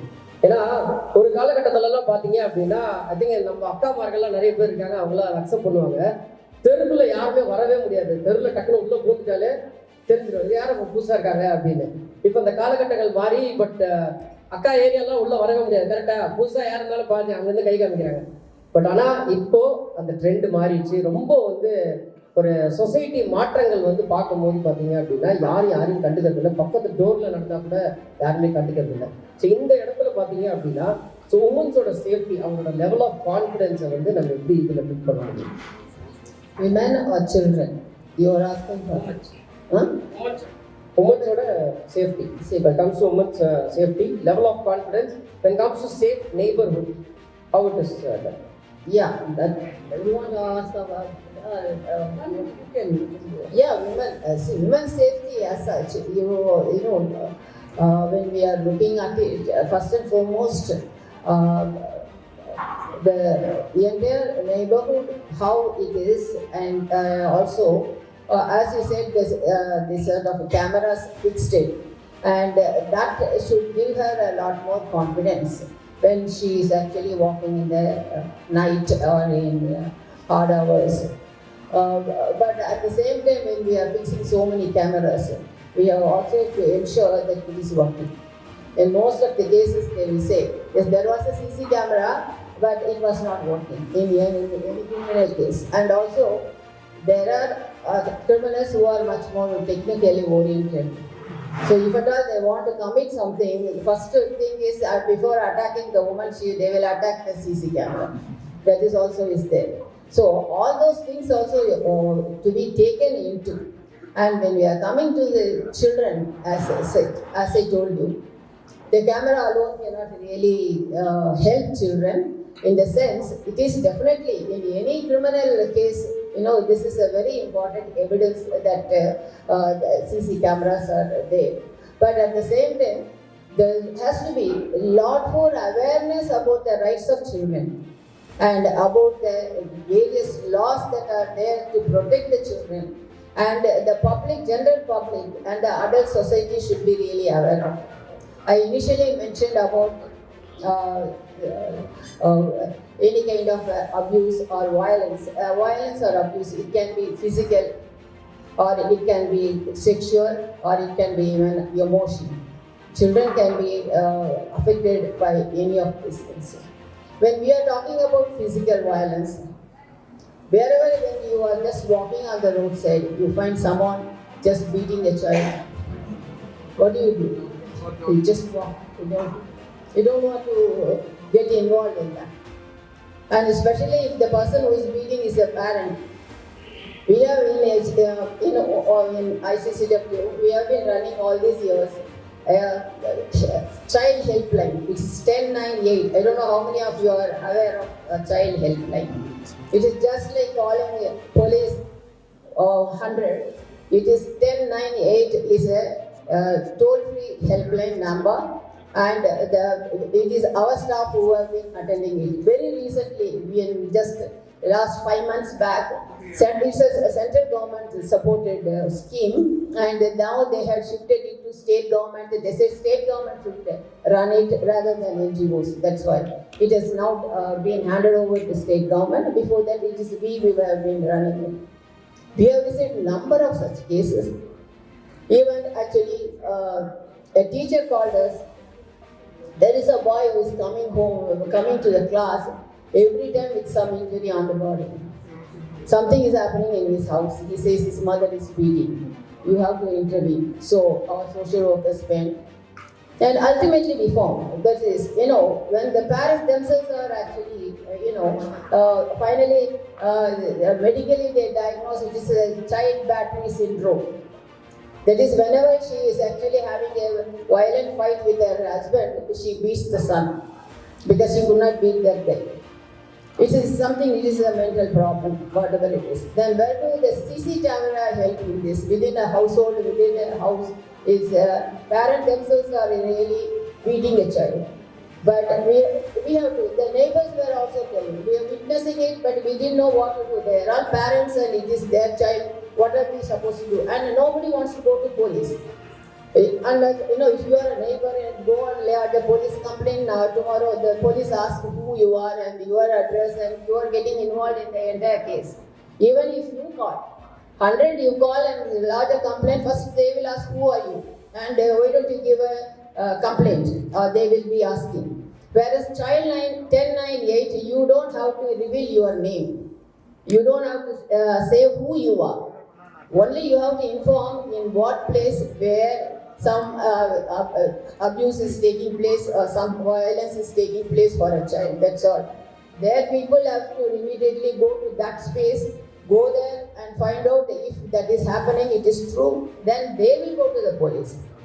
And they will inform if it is necessary and they will rescue. And we have a very, very important and very act, Juvenile Justice, Care and Protection of Children Act. Under this act, it is empowered even to remove the custodial right of a parent. Guardianships may be still there with the parents, but that act can remove the custodial right and remove the child from the parent if the parent themselves are acting against the interest of the child. The same way, there is a lot of abuse that is taking place in workplace. And when I say that this is the exploitation, whereas a lot of child laborers we have rescued by way of actually using this 1098. And apart from that, as a case, the general public should be really aware of what are the rights of children. And now we have Child Labor Prohibition and Regulation Act. That is Child and Adolescent Labor Prohibition and Regulation Act. All these years, actually, only the Child Labor Act was covering only a person below 14 years of age. That too, it was actually preventing employment only in hazardous occupation. Otherwise, we will be seeing in domestic laborers, domestic servants, a lot of children below 14 years also one time working.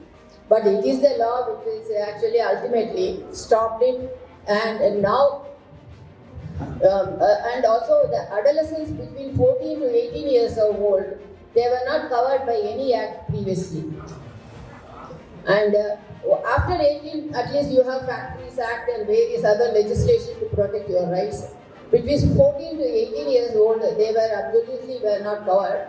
But now the recent act is actually covering both the sectors. And now child labor is completely eliminated below 14 years. No employer can employ for any purpose below 14 years. And the place for the child to remain is in the school, as per the Education Act. But there are only two exceptions given. One is that the child can work outside the school hours. It should be going to school, but outside the school hours, it can help its own family business. If someone is having a tea shop or someone was doing something, they can help, but not for a remuneration. That is one. Then the second exception given is when a child is an artist who is actually being acting in movies, in television serials and all other things. It is a child can work, but there is a lot of lists given to be followed by the producer. He has to first get the permission to the district magistrate, that is the district collector. He has to give it in writing. So many children are going to be used in his production on each day, and how many hours of what they are going to do. I don't know, because all these acts are there, but implementation, when we are looking at it, we don't see that much of implementation, even though the Tamil Nadu government has also put in very stringent rules also is there. But whether it is followed or not, I think it is actually the general public who should also be aware of it. And any child below 14 years being used, when you find them actually working, immediately you should call 1098, that's all. And you don't even say who you are. In this place I saw, and this child is being used as a laborer. You can just inform it, that is enough. So CC camera alone is not going to help the children unless the general public is really aware of all these rights of the children. And ultimately then again from 14 to 18 this latest act is covering, where any person between 14 and 18 Tamil, okay, oh yes sir, definitely, sorry. 14லேருந்து 18 வயது வரைக்கும் இருக்கக்கூடிய குழந்தைகள் அவங்க வேலை செய்யலாம், அது it is not prohibited. ஆனால் அதுக்கு அவங்க வேலை செய்யறதுக்கு எது மாதிரி ஹசார்டஸ் ஆக்குபேஷன் ஒரு பெரிய லிஸ்ட் கொடுத்துருக்காங்க. அதிலெல்லாம் அவங்களுக்கு அவங்க உடல்நிலையை பாதிக்கக்கூடிய விஷயங்கள் அப்படின்னு சொன்னாக்கா அந்த இடத்துல அந்த குழந்தைங்களை வேலை செய்யக்கூடாது. நீங்கள் அந்த மாதிரி ஹசார்டஸ் ஆக்குபேஷன் என்னன்றதை நீங்களும் தெரிஞ்சுக்கிட்டீங்கன்னா, எல்லாமே ஆன்லைனில் இருக்குது, அதை தெரிஞ்சுக்கிட்டீங்கன்னா அந்த ஆக்குபேஷனில் சம்படி ஒரு சிமெண்ட் மேனுஃபேக்சரிங் யூனிட் ஒரு இது அந்த மாதிரி எங்கன்னா அதிலெல்லாம் நீங்கள் பார்த்தீங்கன்னாக்கா சின்ன பசங்க 14 to 18 இயர்ஸ் இருக்கிறவங்கள 14 கீழே இருந்தால் எங்கே இருந்தாலும் நீங்கள் ஃபோன் பண்ணலாம். 14 to 18 இயர்ஸ் இருந்தாக்கா உடனே you have to call immediately. ஆனால் நம்ம அதெல்லாம் நம்ம நேரில் தான் பார்த்துருக்கோம். சிசிடிவி அது அவங்களுக்கு குழந்தைங்களுக்கு எந்த வகையிலும் ஹெல்ப் பண்ணுறது இல்லை இந்த மாதிரி விஷயங்கள்ல. Because adult society is not aware of all this things. அதான் அங்கே இருக்கிற பெரிய விஷயம். அண்ட் இது ஆக்சுவலாக லேபர் சம்பந்தமான ஒரு விஷயம். அதே நம்ம பண்ண violence, when we are talking about violence, as if domestic violence is happening there, ஸ்கூலில் நடக்குது, எங்கே வேணால் நடக்குது. Then again the third aspect is actually the sexual violence. And we have the POCSO Act. இப்போ எல்லாருக்குமே கொஞ்சம் தெரிஞ்சிருக்கும், நிறைய பேப்பரில் வந்துருக்கு அப்பப்போ அந்த POCSO Act. ஆனால் என்ன சரியாக தெரியறது இல்லைன்னா ஈவன் பண்ணக்கூடிய அந்த கிரிமினல்ஸ் தெம்செல்ஸ்க்கே சொல்லணும்னா நம்ம சிசிடிவி வச்சு எந்த அளவுக்கு அவங்களுக்கு ப்ரிவென்ட் பண்ண முடியுமோ அதே போல் அந்த பாக்ஸோ ஆக்டில் இருக்கக்கூடிய அந்த ஷரத்துக்களை நான் எல்லாருக்கும் போய் சேர்ற மாதிரி சொன்னாலே போதும், யாரும் பண்ண மாட்டாங்க. ஏன்னா it is such a stringent act. ஒரு குழந்தைய சும்மா செக்ஷுவலாக அவங்க ஆக்சுவலி ஏதோ ஒரு வகையில் அவர் டச் பண்ணாரு அப்படின்னாலே up to 10 years he can be in prison. And அதே it is aggravated sexual offence அப்படின்னு வரும்.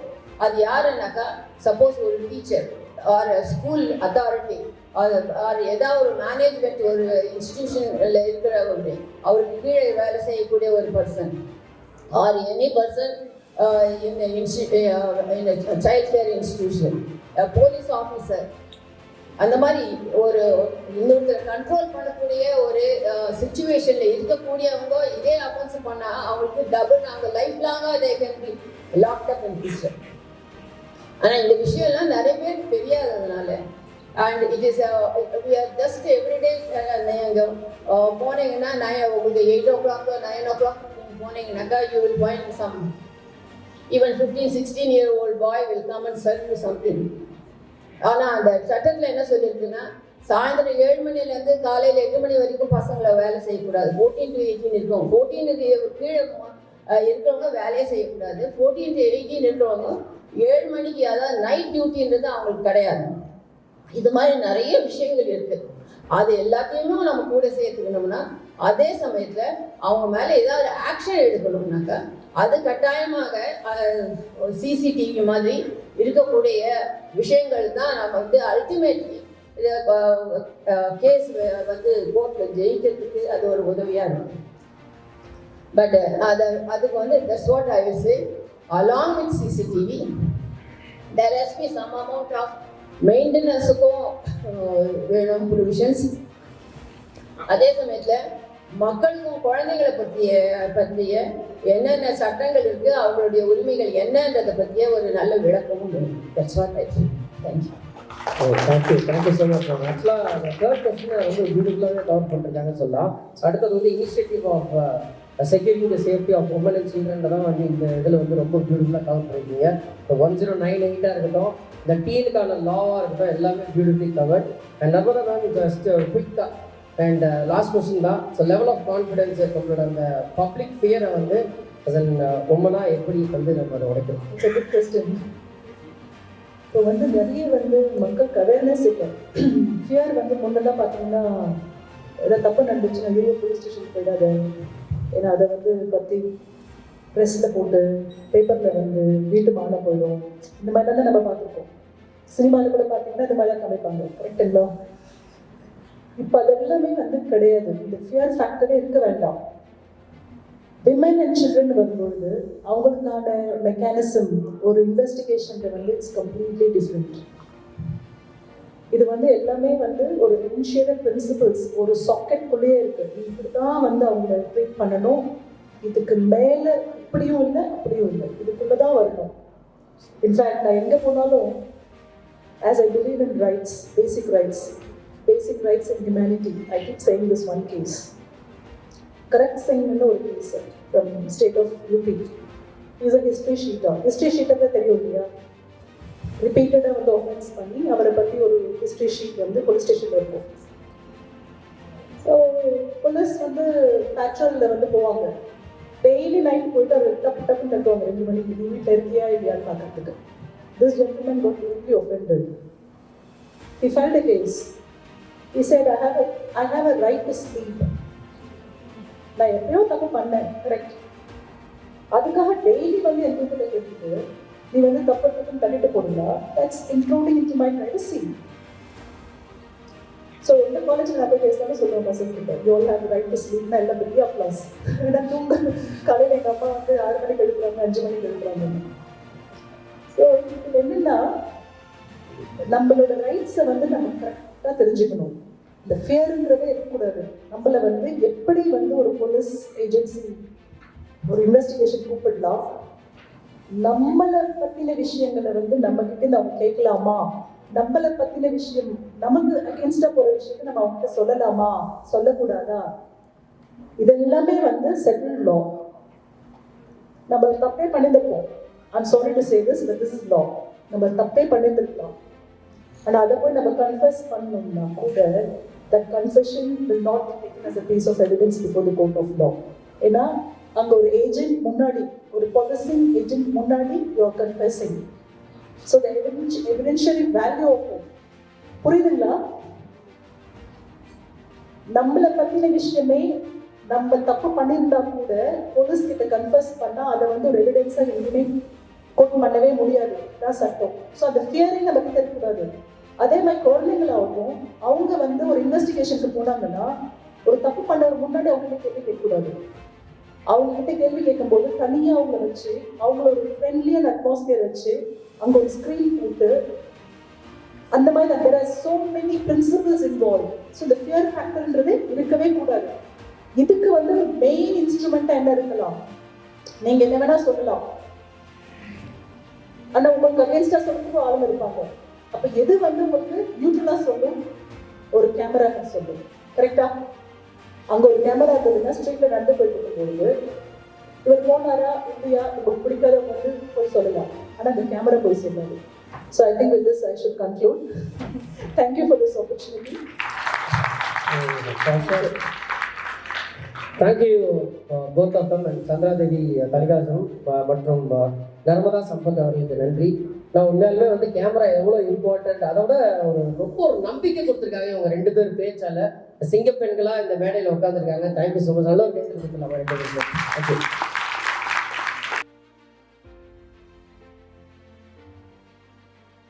So today we are going to discuss about what is it that makes Chennai safe and what does it take to make a city safe. So there are various initiatives that are being undertaken. The various police works 24/7. We have security forces. Yet the crime rate continues to increase every day. So in this session, we are going to look at what are the initiatives that from our police investigative here that has taken. Chennai is supposedly the second most safest city in India as far as last year is concerned. So what is it that goes into making security initiatives for the police? So we'll start with you, Mr. Sanjay. Thank you very much. I mean, as you have already told about Chennai being one of the safest cities as far as crime is concerned in India. You look at whether it is a street crime like theft or snatching, and then human safety. Everywhere you will see that Chennai stands at the top as far as the safety is concerned. Reason is quite simple. It is the governmental policies which has shaped and made the whole system to be foolproof. And in this, the Tamil Nadu police also, we can say, is one of the best police forces in India. Nowhere you will find that presence of so many vehicles, policemen on the streets. This is one thing when we compare with other states. They are normally very senior officers, they don't visit this one. But here you will find right from DIG, IG, ADG, everybody will go, see, analyze, monitor. So that is one thing where the proper involvement of everyone, senior police officer is there. That is why things come, many things are not visible, but it is all happening. And perhaps the example is myself. I'm not a visible man because I'm a policeman working for the police, but from the back. So I'm just like a hardware. So I've been Salem Commissioner, and there this project is started, what we are doing now. And this has really helped. Putting CCTV, and Salem also became the first city where 1,000 CCTV camera by the government was built. But that was old technology. Now the technology is complete. The Reliance has given the wires and everything, but now it's all wireless. So what we realized when we have put the CCTV cameras is small disputes. One dispute was first initial time we got that somebody has broken the gate and they were amusing the neighbor. And we have seen the CCTV camera that somebody else, one lorry came and it was turning at that time it was damaged. One family had a dispute with another family that this girl is going with the boy. And later on we found that it was not that boy, it was somebody else. So these are very small things which really matters when you have the evidence. Now coming to Chennai, very recently the government of India has introduced this mega city project. This mega city project actually was delayed because of this CCTV camera. Because every time you will find that the technology is improving. And we have to keep a pace. The previous speaker was talking that there will be CCTV camera. I was working in cybercrime for almost 2 years, and what cybercrime looks like, in fact, that's corrected last night. What we normally see in CCTV camera is there. It is taking the pictures also, but it is not visible. There was a case, I was Tripur Commissioner. There was a BJP person, vehicle was wrong. There are a lot of CCTV camera, but nothing is visible. So wherever I go, I say, okay, you put one camera, but it should be of use. It should be of very, very high resolution so that we can see. For your information, to be safe, knowing how this, I will talk to the cybercrime because 19% of the crime now has shifted to the cyber space. What actually is happening? First, you should be very aware of your phone. This is giving you so much of luxury. This is kind of luxury. You can depart with anybody, but you will not depart with phone. Whether your phone is listening, yes, it is listening. Whether it is seeing, yes, it is seeing. Whether it is monitoring you, yes, it is.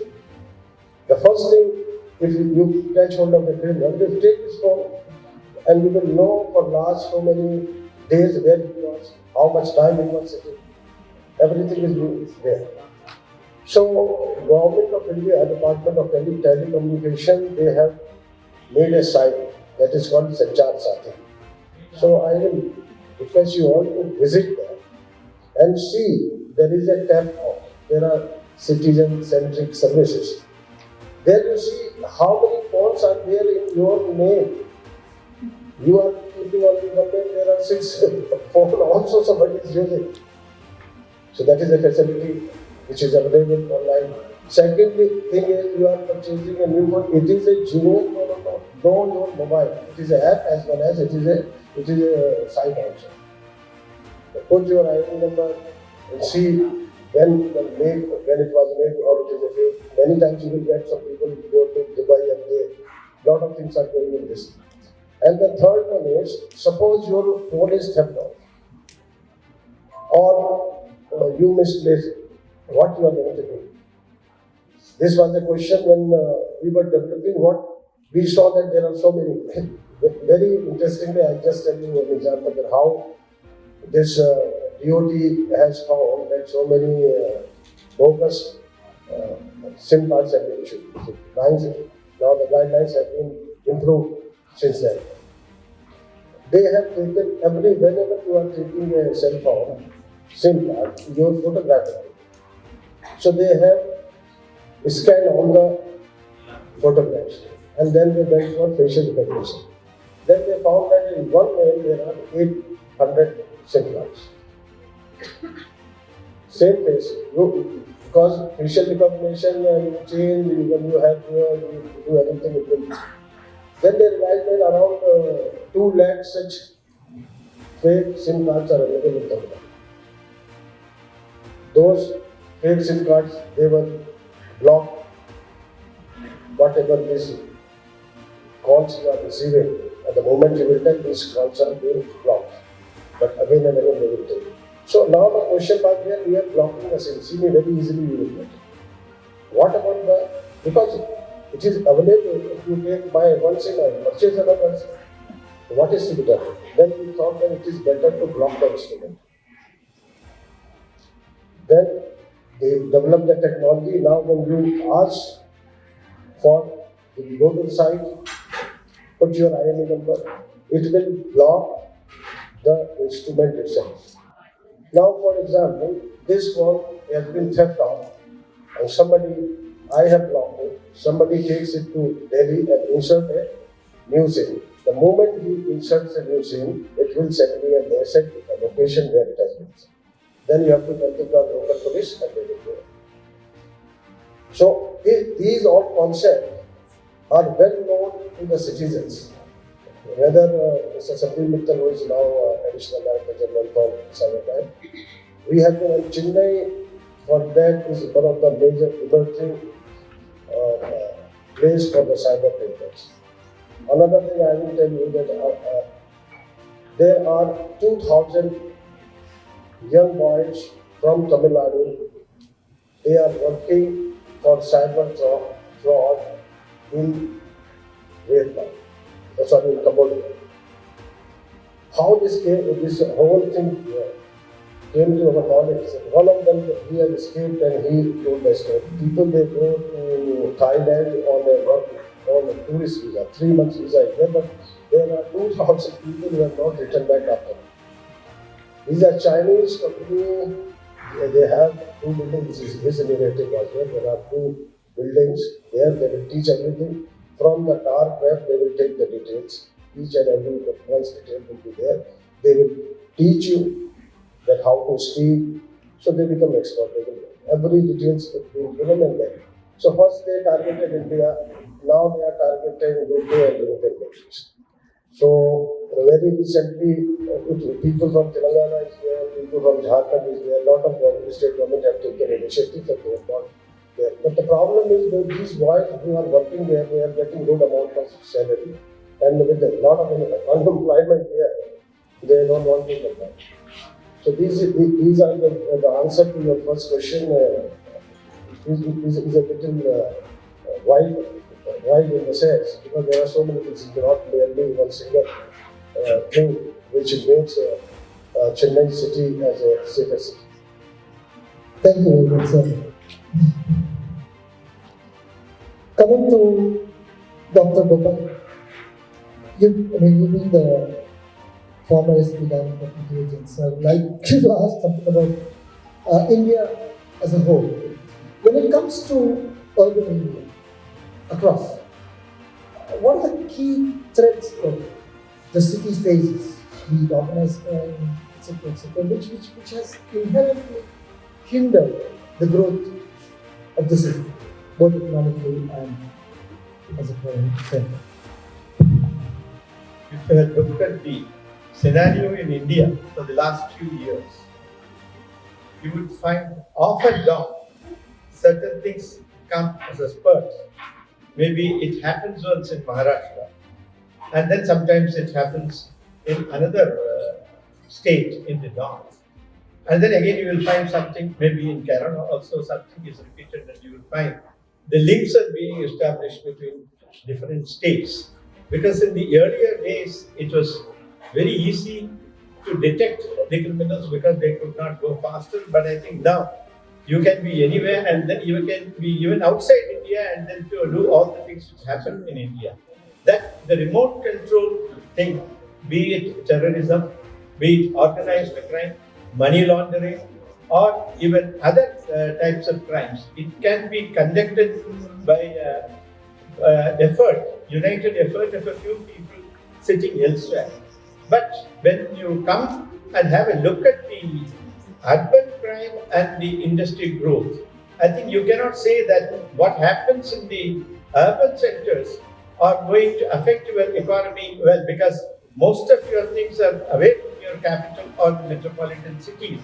What is needed is the people's confidence to work in their workplaces without fear. That is why I think the system of the CCTV installation, as Mr. Sanjay Kumar was mentioning, in the Chennai city it was done around 2016-17 or so, in a full-fledged manner by our colleague Mr. A.K. Viswanathan. And I think you also mentioned in your SOC as to how the public can be made to cooperate with what the government wants to do. Because a common man cannot achieve it on himself. And so also the government cannot achieve everything by its own dictating authority or even some sort of rules and regulations. But you need the support from common man who can contribute in his own mind. That is why Mr. Viswanathan went out to meet the people in every commercial areas also.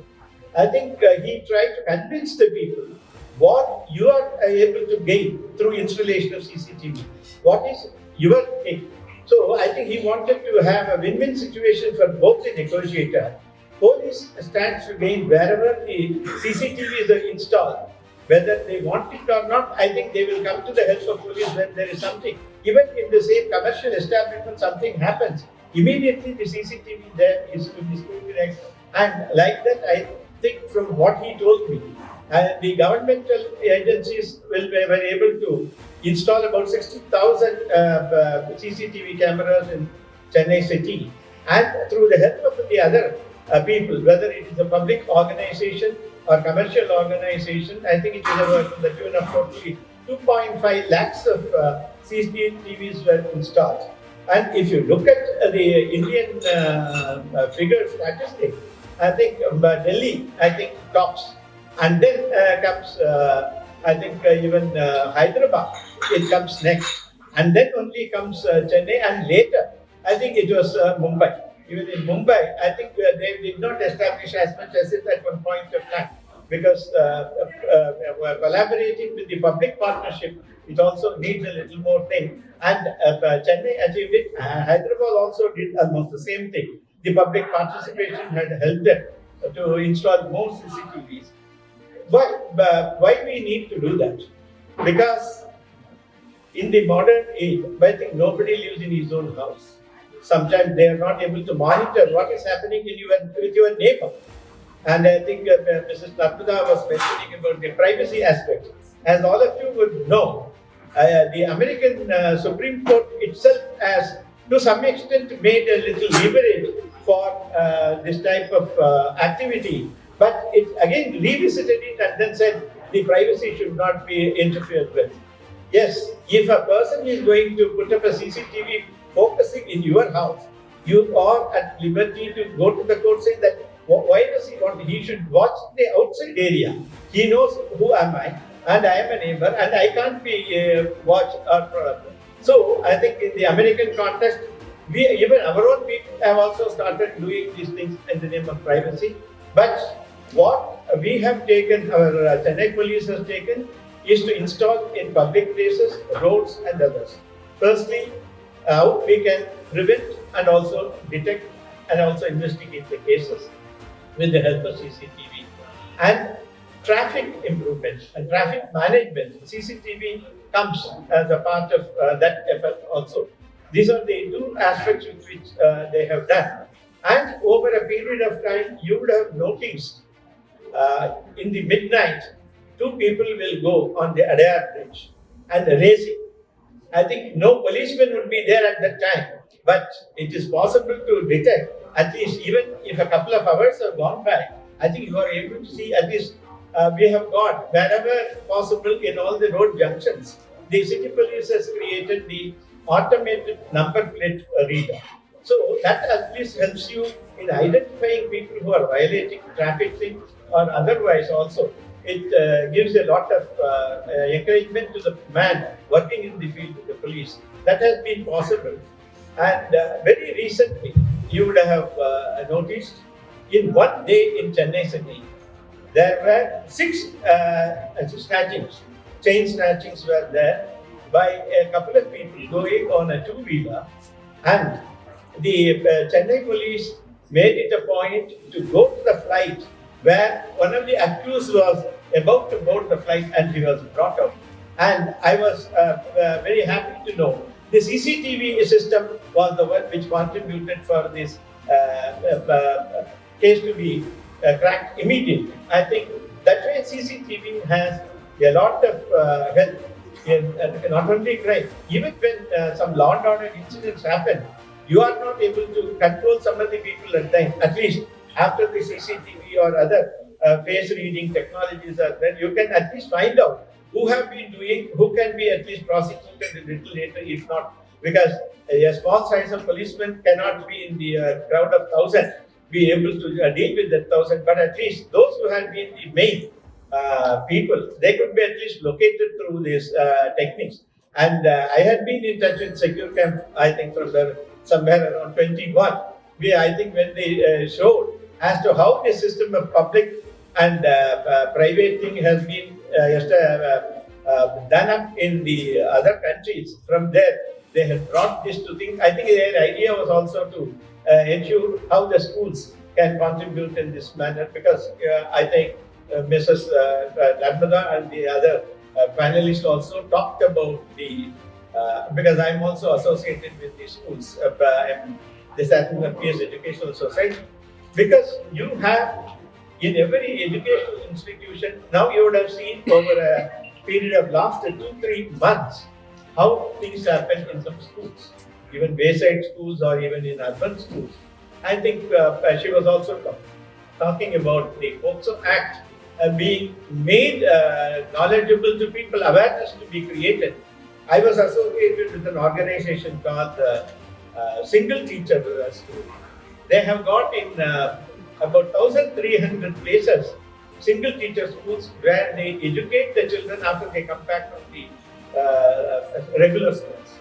And it has been a very big success thanks to that philanthropist Krishnamacharya who started it and supported it.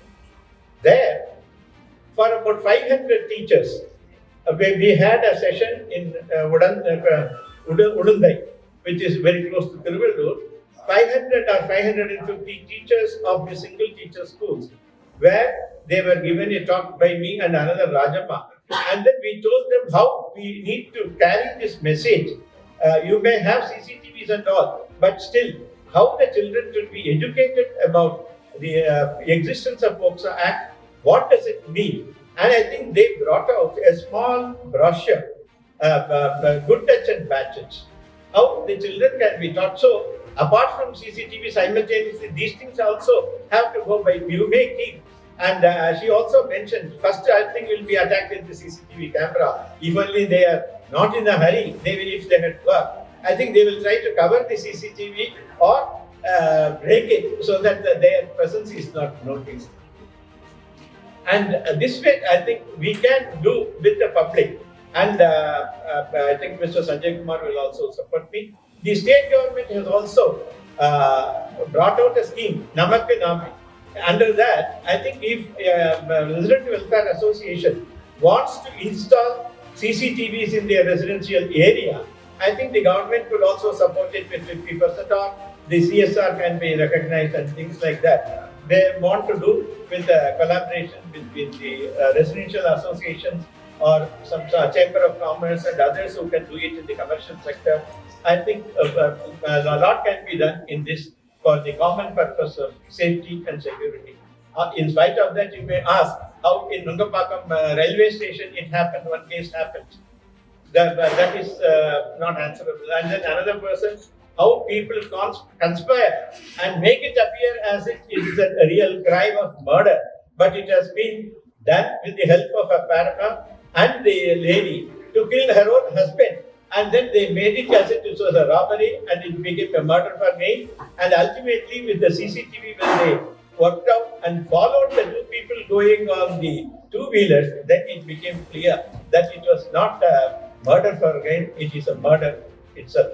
So I think in this game, I think it is able to help the police in this one way or the other. That raises an important question. I want to raise Sanjay.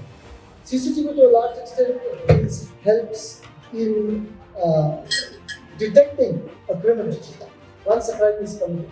To what extent do you think it can play an active role in preventing crime?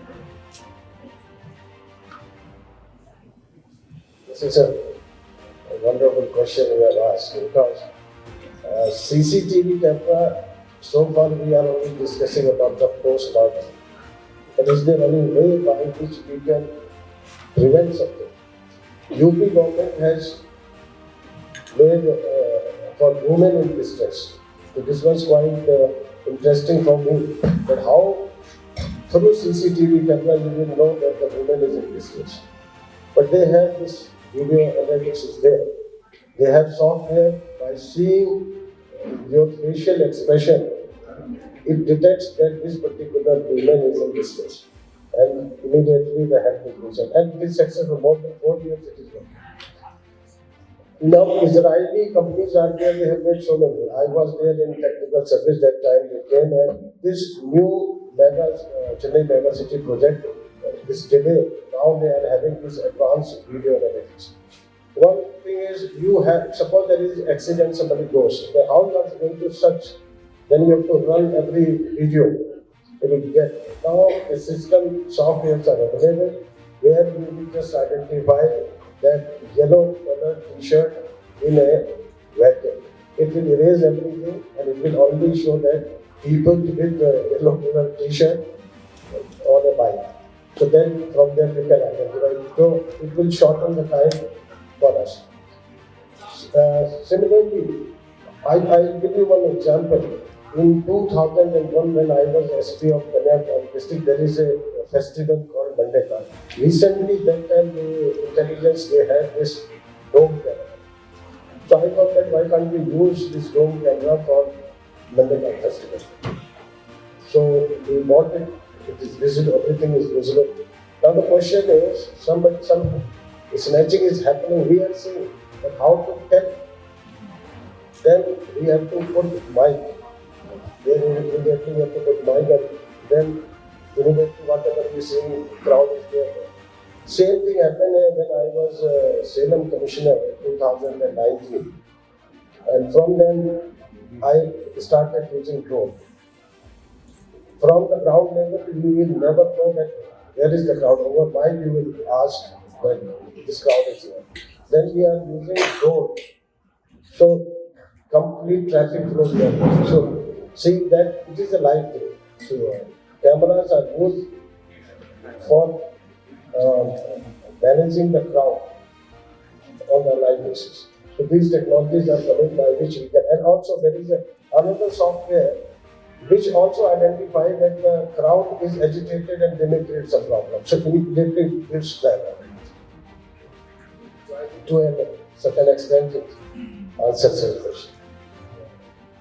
And I'm just curious to find out, have you received any complaints, especially from CCTV camera works both ways. While it can help prevent women, it can also be used against women in several cases. Have you received multiple instances that are in public CCTV cameras have been received complaints by women? As such, very few cases, people they have come that our neighbors they have put the CCTV camera, it is facing our entrance, our activities, and that particular house they have rented, lot of people they come, so their activities. So that is absolutely not correct. It has to be stopped, and immediately if such cases comes to our knowledge, immediately the local police goes and checks out.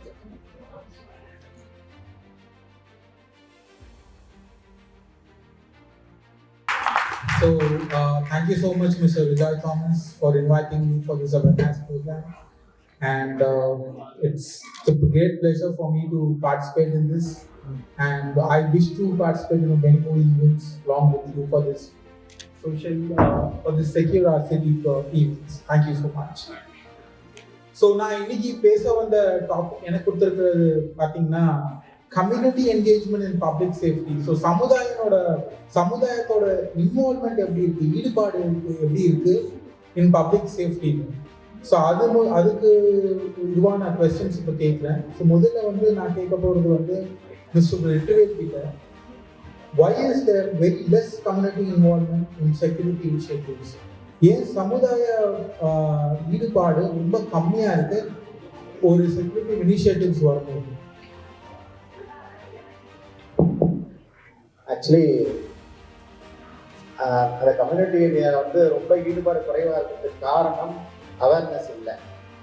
இங்கே சட்டங்கள் இருக்குது, திட்டங்கள் இருக்குது, ஆனால் அதில் establish பண்ணுற இடத்துல இம்ப்ளிமெண்டேஷனில் பெரிய அளவுக்கு அந்த குறைபாடு இருக்கிறதுக்கு காரணம் அவேர்னஸ் இல்லை. ஒரு சிசிடிவி கேமராவுடைய இம்பார்ட்டன்ஸ் என்ன, அதனால என்ன மாதிரியான பிரச்சனைகளை தடுக்கலாம், ப்ரிவென்டிவ்ல ஆக்ஷன் என்ன மாதிரிலாம் இருக்கும், அது இருந்தால் எப்படிப்பட்ட பாதுகாப்பு நமக்கு இருக்கும் அப்படின்றத பார்த்தீங்கன்னா அவேர்னஸ் மக்கள்கிட்ட இல்லை. அந்த அவேர்னஸ் இருந்துச்சுன்னா கண்டிப்பாக இன்வால்மெண்ட் அதிகமாக இருக்கும். அண்ட் ஒன் மோர் திங், அப்படியே அவேர்னஸ் வந்த பிறகு கூட அவங்களால அதை இம்ப்ளிமெண்ட் பண்ணுறதுக்கான ஒரு பெரிய பேரியர் என்னன்னு பார்த்தீங்கன்னா அந்த எக்கனாமிக்கலாக அவன் தினந்தோறும் ஒரு சில பகுதிகளில் இப்போ சார் இனிஷியேட்டிவ் எடுத்திருக்க நிறைய பகுதிகளில் பார்த்தீங்கன்னா எல்லாம் டெய்லி வேஜஸ், தினக்கூலிகள், இந்த மாதிரி ரொம்ப வறுமை கோட்டுக்கு கீழே இருக்கிற டவுன் ப்ரொடக்டிவ்ல இருக்கிற இடத்துல அவங்க வாரம் ஃபுல்லாக வேலை செஞ்சு அந்த உணவு, அந்த பேசிக் அவங்களுடைய அடிப்படை தேவைகளை பூர்த்தி பண்ணுறதுக்கே சரியா இருக்குது அந்த பொருளாதார தேவைகள். அப்படி இருக்கும்போது அடுத்த கட்டமாக பாதுகாப்புன்றதை அவங்க ஒரு 15,000 20,000 சிசிடிவி கேமரா போட்டு அதை நம்ம பாதுகாப்புன்ற எண்ணத்துக்கு போக முடியல. கொஞ்சம் அவேர்னஸ் இருந்தாலும் அந்த பொருளாதார சிக்கல் அவங்க தடுக்குது அடுத்த கட்டமாக போகிறதுக்கு. ஆனாலும் இந்த மாதிரியான அவேர்னஸ் செமினார்ஸ், இந்த மாதிரியான அவேர்னஸ் ப்ரோக்ராமில் எல்லா ஏரியாவிலும் நம்ம கொண்டு போகும்போது அந்த மக்களுக்கு விழிப்புணர்வு கிடைச்சி அதுக்கான முக்கியத்துவத்தை நம்ம உணர்த்தும் போது அவங்க அந்த ரிஸ்க்கு எடுக்க தயாராக இருப்பாங்க, கேமரா போடுறதுக்கும் அவங்க தயாராக இருப்பாங்க. ஸோ அந்த பெரிய பேரியர்ஸ் ரெண்டு விஷயம், ஒன்று எக்கனாமிக், இன்னொன்று அவேர்னஸ். இன்னைக்கு நிறைய பிரச்சனை பார்த்தீங்கன்னா கரெக்டா வயலன்ஸ் எதனால வருது? ஒரு முக்கிய காரணம் ஈகோ தான். ஈகோனா என்னது? ஆணவம். நான் தான் செய்கிறேன் அப்படின்னா நாம் செய்கிறோன்னோ, நான் வரவே கூடாது. எனக்கு ரிச்சோ ரொம்ப பிடிக்கும். அவர் பார்த்தீங்கன்னா எப்பவுமே அந்த நானே இருக்காது அவர்கிட்ட. ஒரு தனி மனிதன் எப்படி இந்த பப்ளிக் செக்யூரிட்டியை ஊக்குவிக்கப்பட்டுறாரு? ஒரு தனி மனிதன் பொதுமக்களாக இருக்கும்போது இந்த பப்ளிக் செக்யூரிட்டியை எப்படி ஊக்குவிக்கிறாரு? ஹலோ, எல்லாருக்கும் ஃபஸ்ட்டு என் வணக்கம். என் பேர் பிரபு. நான் செம்மஞ்சேரியிலேருந்து வரேன். செக்யூர் சிட்டி என்ற ஒரு பணிகளை ரியோ தாமஸ் அவர்கள் மூலியமாக நம்ம பகுதியில் ஏகப்பட்ட பிரச்சனைகள் இருக்கிறது. அந்த பிரச்சனைகளெல்லாம் தீர்வு காணும் என்றால் ஒரே வழி இந்த கேமரா தான். இன்றைக்கி பொதுவாக ஒரு மனிதன் தெருவில் நடந்து போனாலுமே ஏகப்பட்ட பிரச்சனைகள், அது ஆணாக இருந்தாலும் சரி பெண்ணாக இருந்தாலும் சரி. இன்றைக்கி இந்த உலகத்தில் ஒரு வீட்டுக்கும் இந்த நாட்டுக்கும் இந்த உலகத்துக்கும் கேமரா என்பது ரொம்ப முக்கியமாக ஆயிடுச்சு. இந்த கேமரா எந்த அளவுக்கு பொதுமக்களுக்கு யூஸ்ஃபுல்லாக இருக்குன்றது செக்யூர் சிட்டி மூலியமாக தெரிஞ்சுக்க போகிறாங்க, தெரியாதவங்களும் தெரிஞ்சுக்க போகிறாங்க. கடைசி கேள்வி. ஸோ இந்த செக்யூர் ஆர்ட் சிட்டி, இந்த எஸ்ஓசி, இந்த இது மூலமாக இதை இவங்க இம்ப்ளிமெண்ட் பண்ணும்போது இது சமுதாயத்தை எப்படி உயர்த்துகிறது? எல்லாருக்கும் வணக்கம். ஃபஸ்ட்டு எங்கள் இந்த சமுதாயத்தில் 2 சமூகம் இருக்குது. மேல் சமூகம், கீழ் சமூகம்னு இருக்குது. எதனா ஒரு தப்பு நடந்தால் ஃபஸ்ட்டு கண்ணு கீழே இருக்கிறவங்க மேலே தான் வந்துடுது. அதை அதுலேருந்து தடுக்கிறதுக்காகவே எங்களுக்கு இன்னொரு கண்ணு தேவைப்படுது, எங்களை பாதுகாத்துக்கிறதுக்கு. அது நாங்கள் கிடையாது, நாங்கள் பண்ணலை. பல விஷயங்கள் சொன்னார். அந்த பல விஷயங்கள்லேருந்து இப்போ பைக் காணாமல் போயிடுது, நிறைய திருட்டுகள் நடந்துடுது. முதல்ல டார்கெட் கீழே இருக்கிற மக்களை தான் பார்த்துடுறாங்க. இவங்கள முதல்ல தேடுவோம் அப்படின்னு சொல்லிட்டு அதில் தான் டார்கெட் பண்ணிடுறாங்க.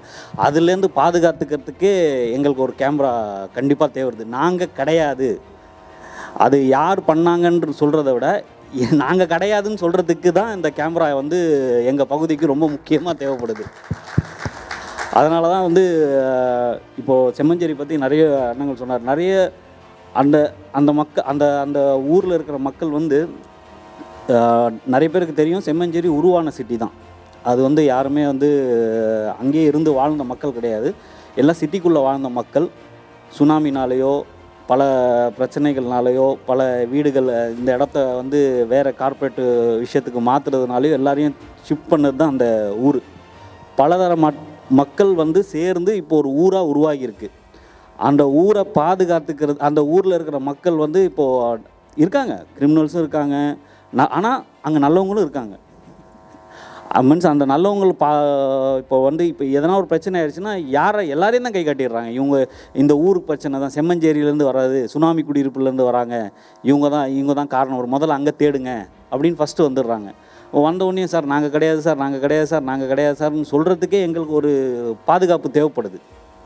அப்போ இந்த சமூகத்திலேருந்து நம்ம தற்காத்துக்கிறதுக்கு கலையெல்லாம் கலை எதுவும் கராட்டே அதெல்லாம் வேணாம். இந்த செக்யூர் ஒரு சிட்டி கேமரா எங்கள் ஊருக்கு போட்டாலே அதுலேருந்து நாங்கள் நிறைய விஷயங்கள் தற்காத்துப்போம். சார் வந்தாங்கன்னா ஒரு தைரியமாக சொல்லலாம் இல்லையா, சார் இந்த கேமரா பாருங்கள் நாங்கள் கிடையாது அப்படின்னு சொல்லலாம். நீங்கள் எதுவாக இருந்தாலும் கேமரா வச்சு செக் பண்ணிக்கிங்க. இப்போ நாங்களே ஒரு கான்ஃபிடெண்ட்டாக போய் கம்ப்ளைண்ட் பண்ண முடியும். சார் எங்கள் பொருள் காணாமல் போயிடுச்சு, இது அங்கே கேமராவில் பாருங்கள் இந்த ஆள் தான் எடுத்திருக்கான், அதனால் நீங்கள் பிடிங்கன்னு சொல்லி ஒரு கம்ப்ளைண்ட் கொண்டு போய் அவங்ககிட்ட ஒரு கான்ஃபிடெண்ட்டாக கொடுக்கலாம். அந்த கான்ஃபிடென்ட் செக்யூர் ஒரு சிட்டி எங்கள் ஊர் மக்களுக்கு கொடுக்கும். அதுதான் நான் சொல்கிறேன். ரொம்ப நன்றிங்க.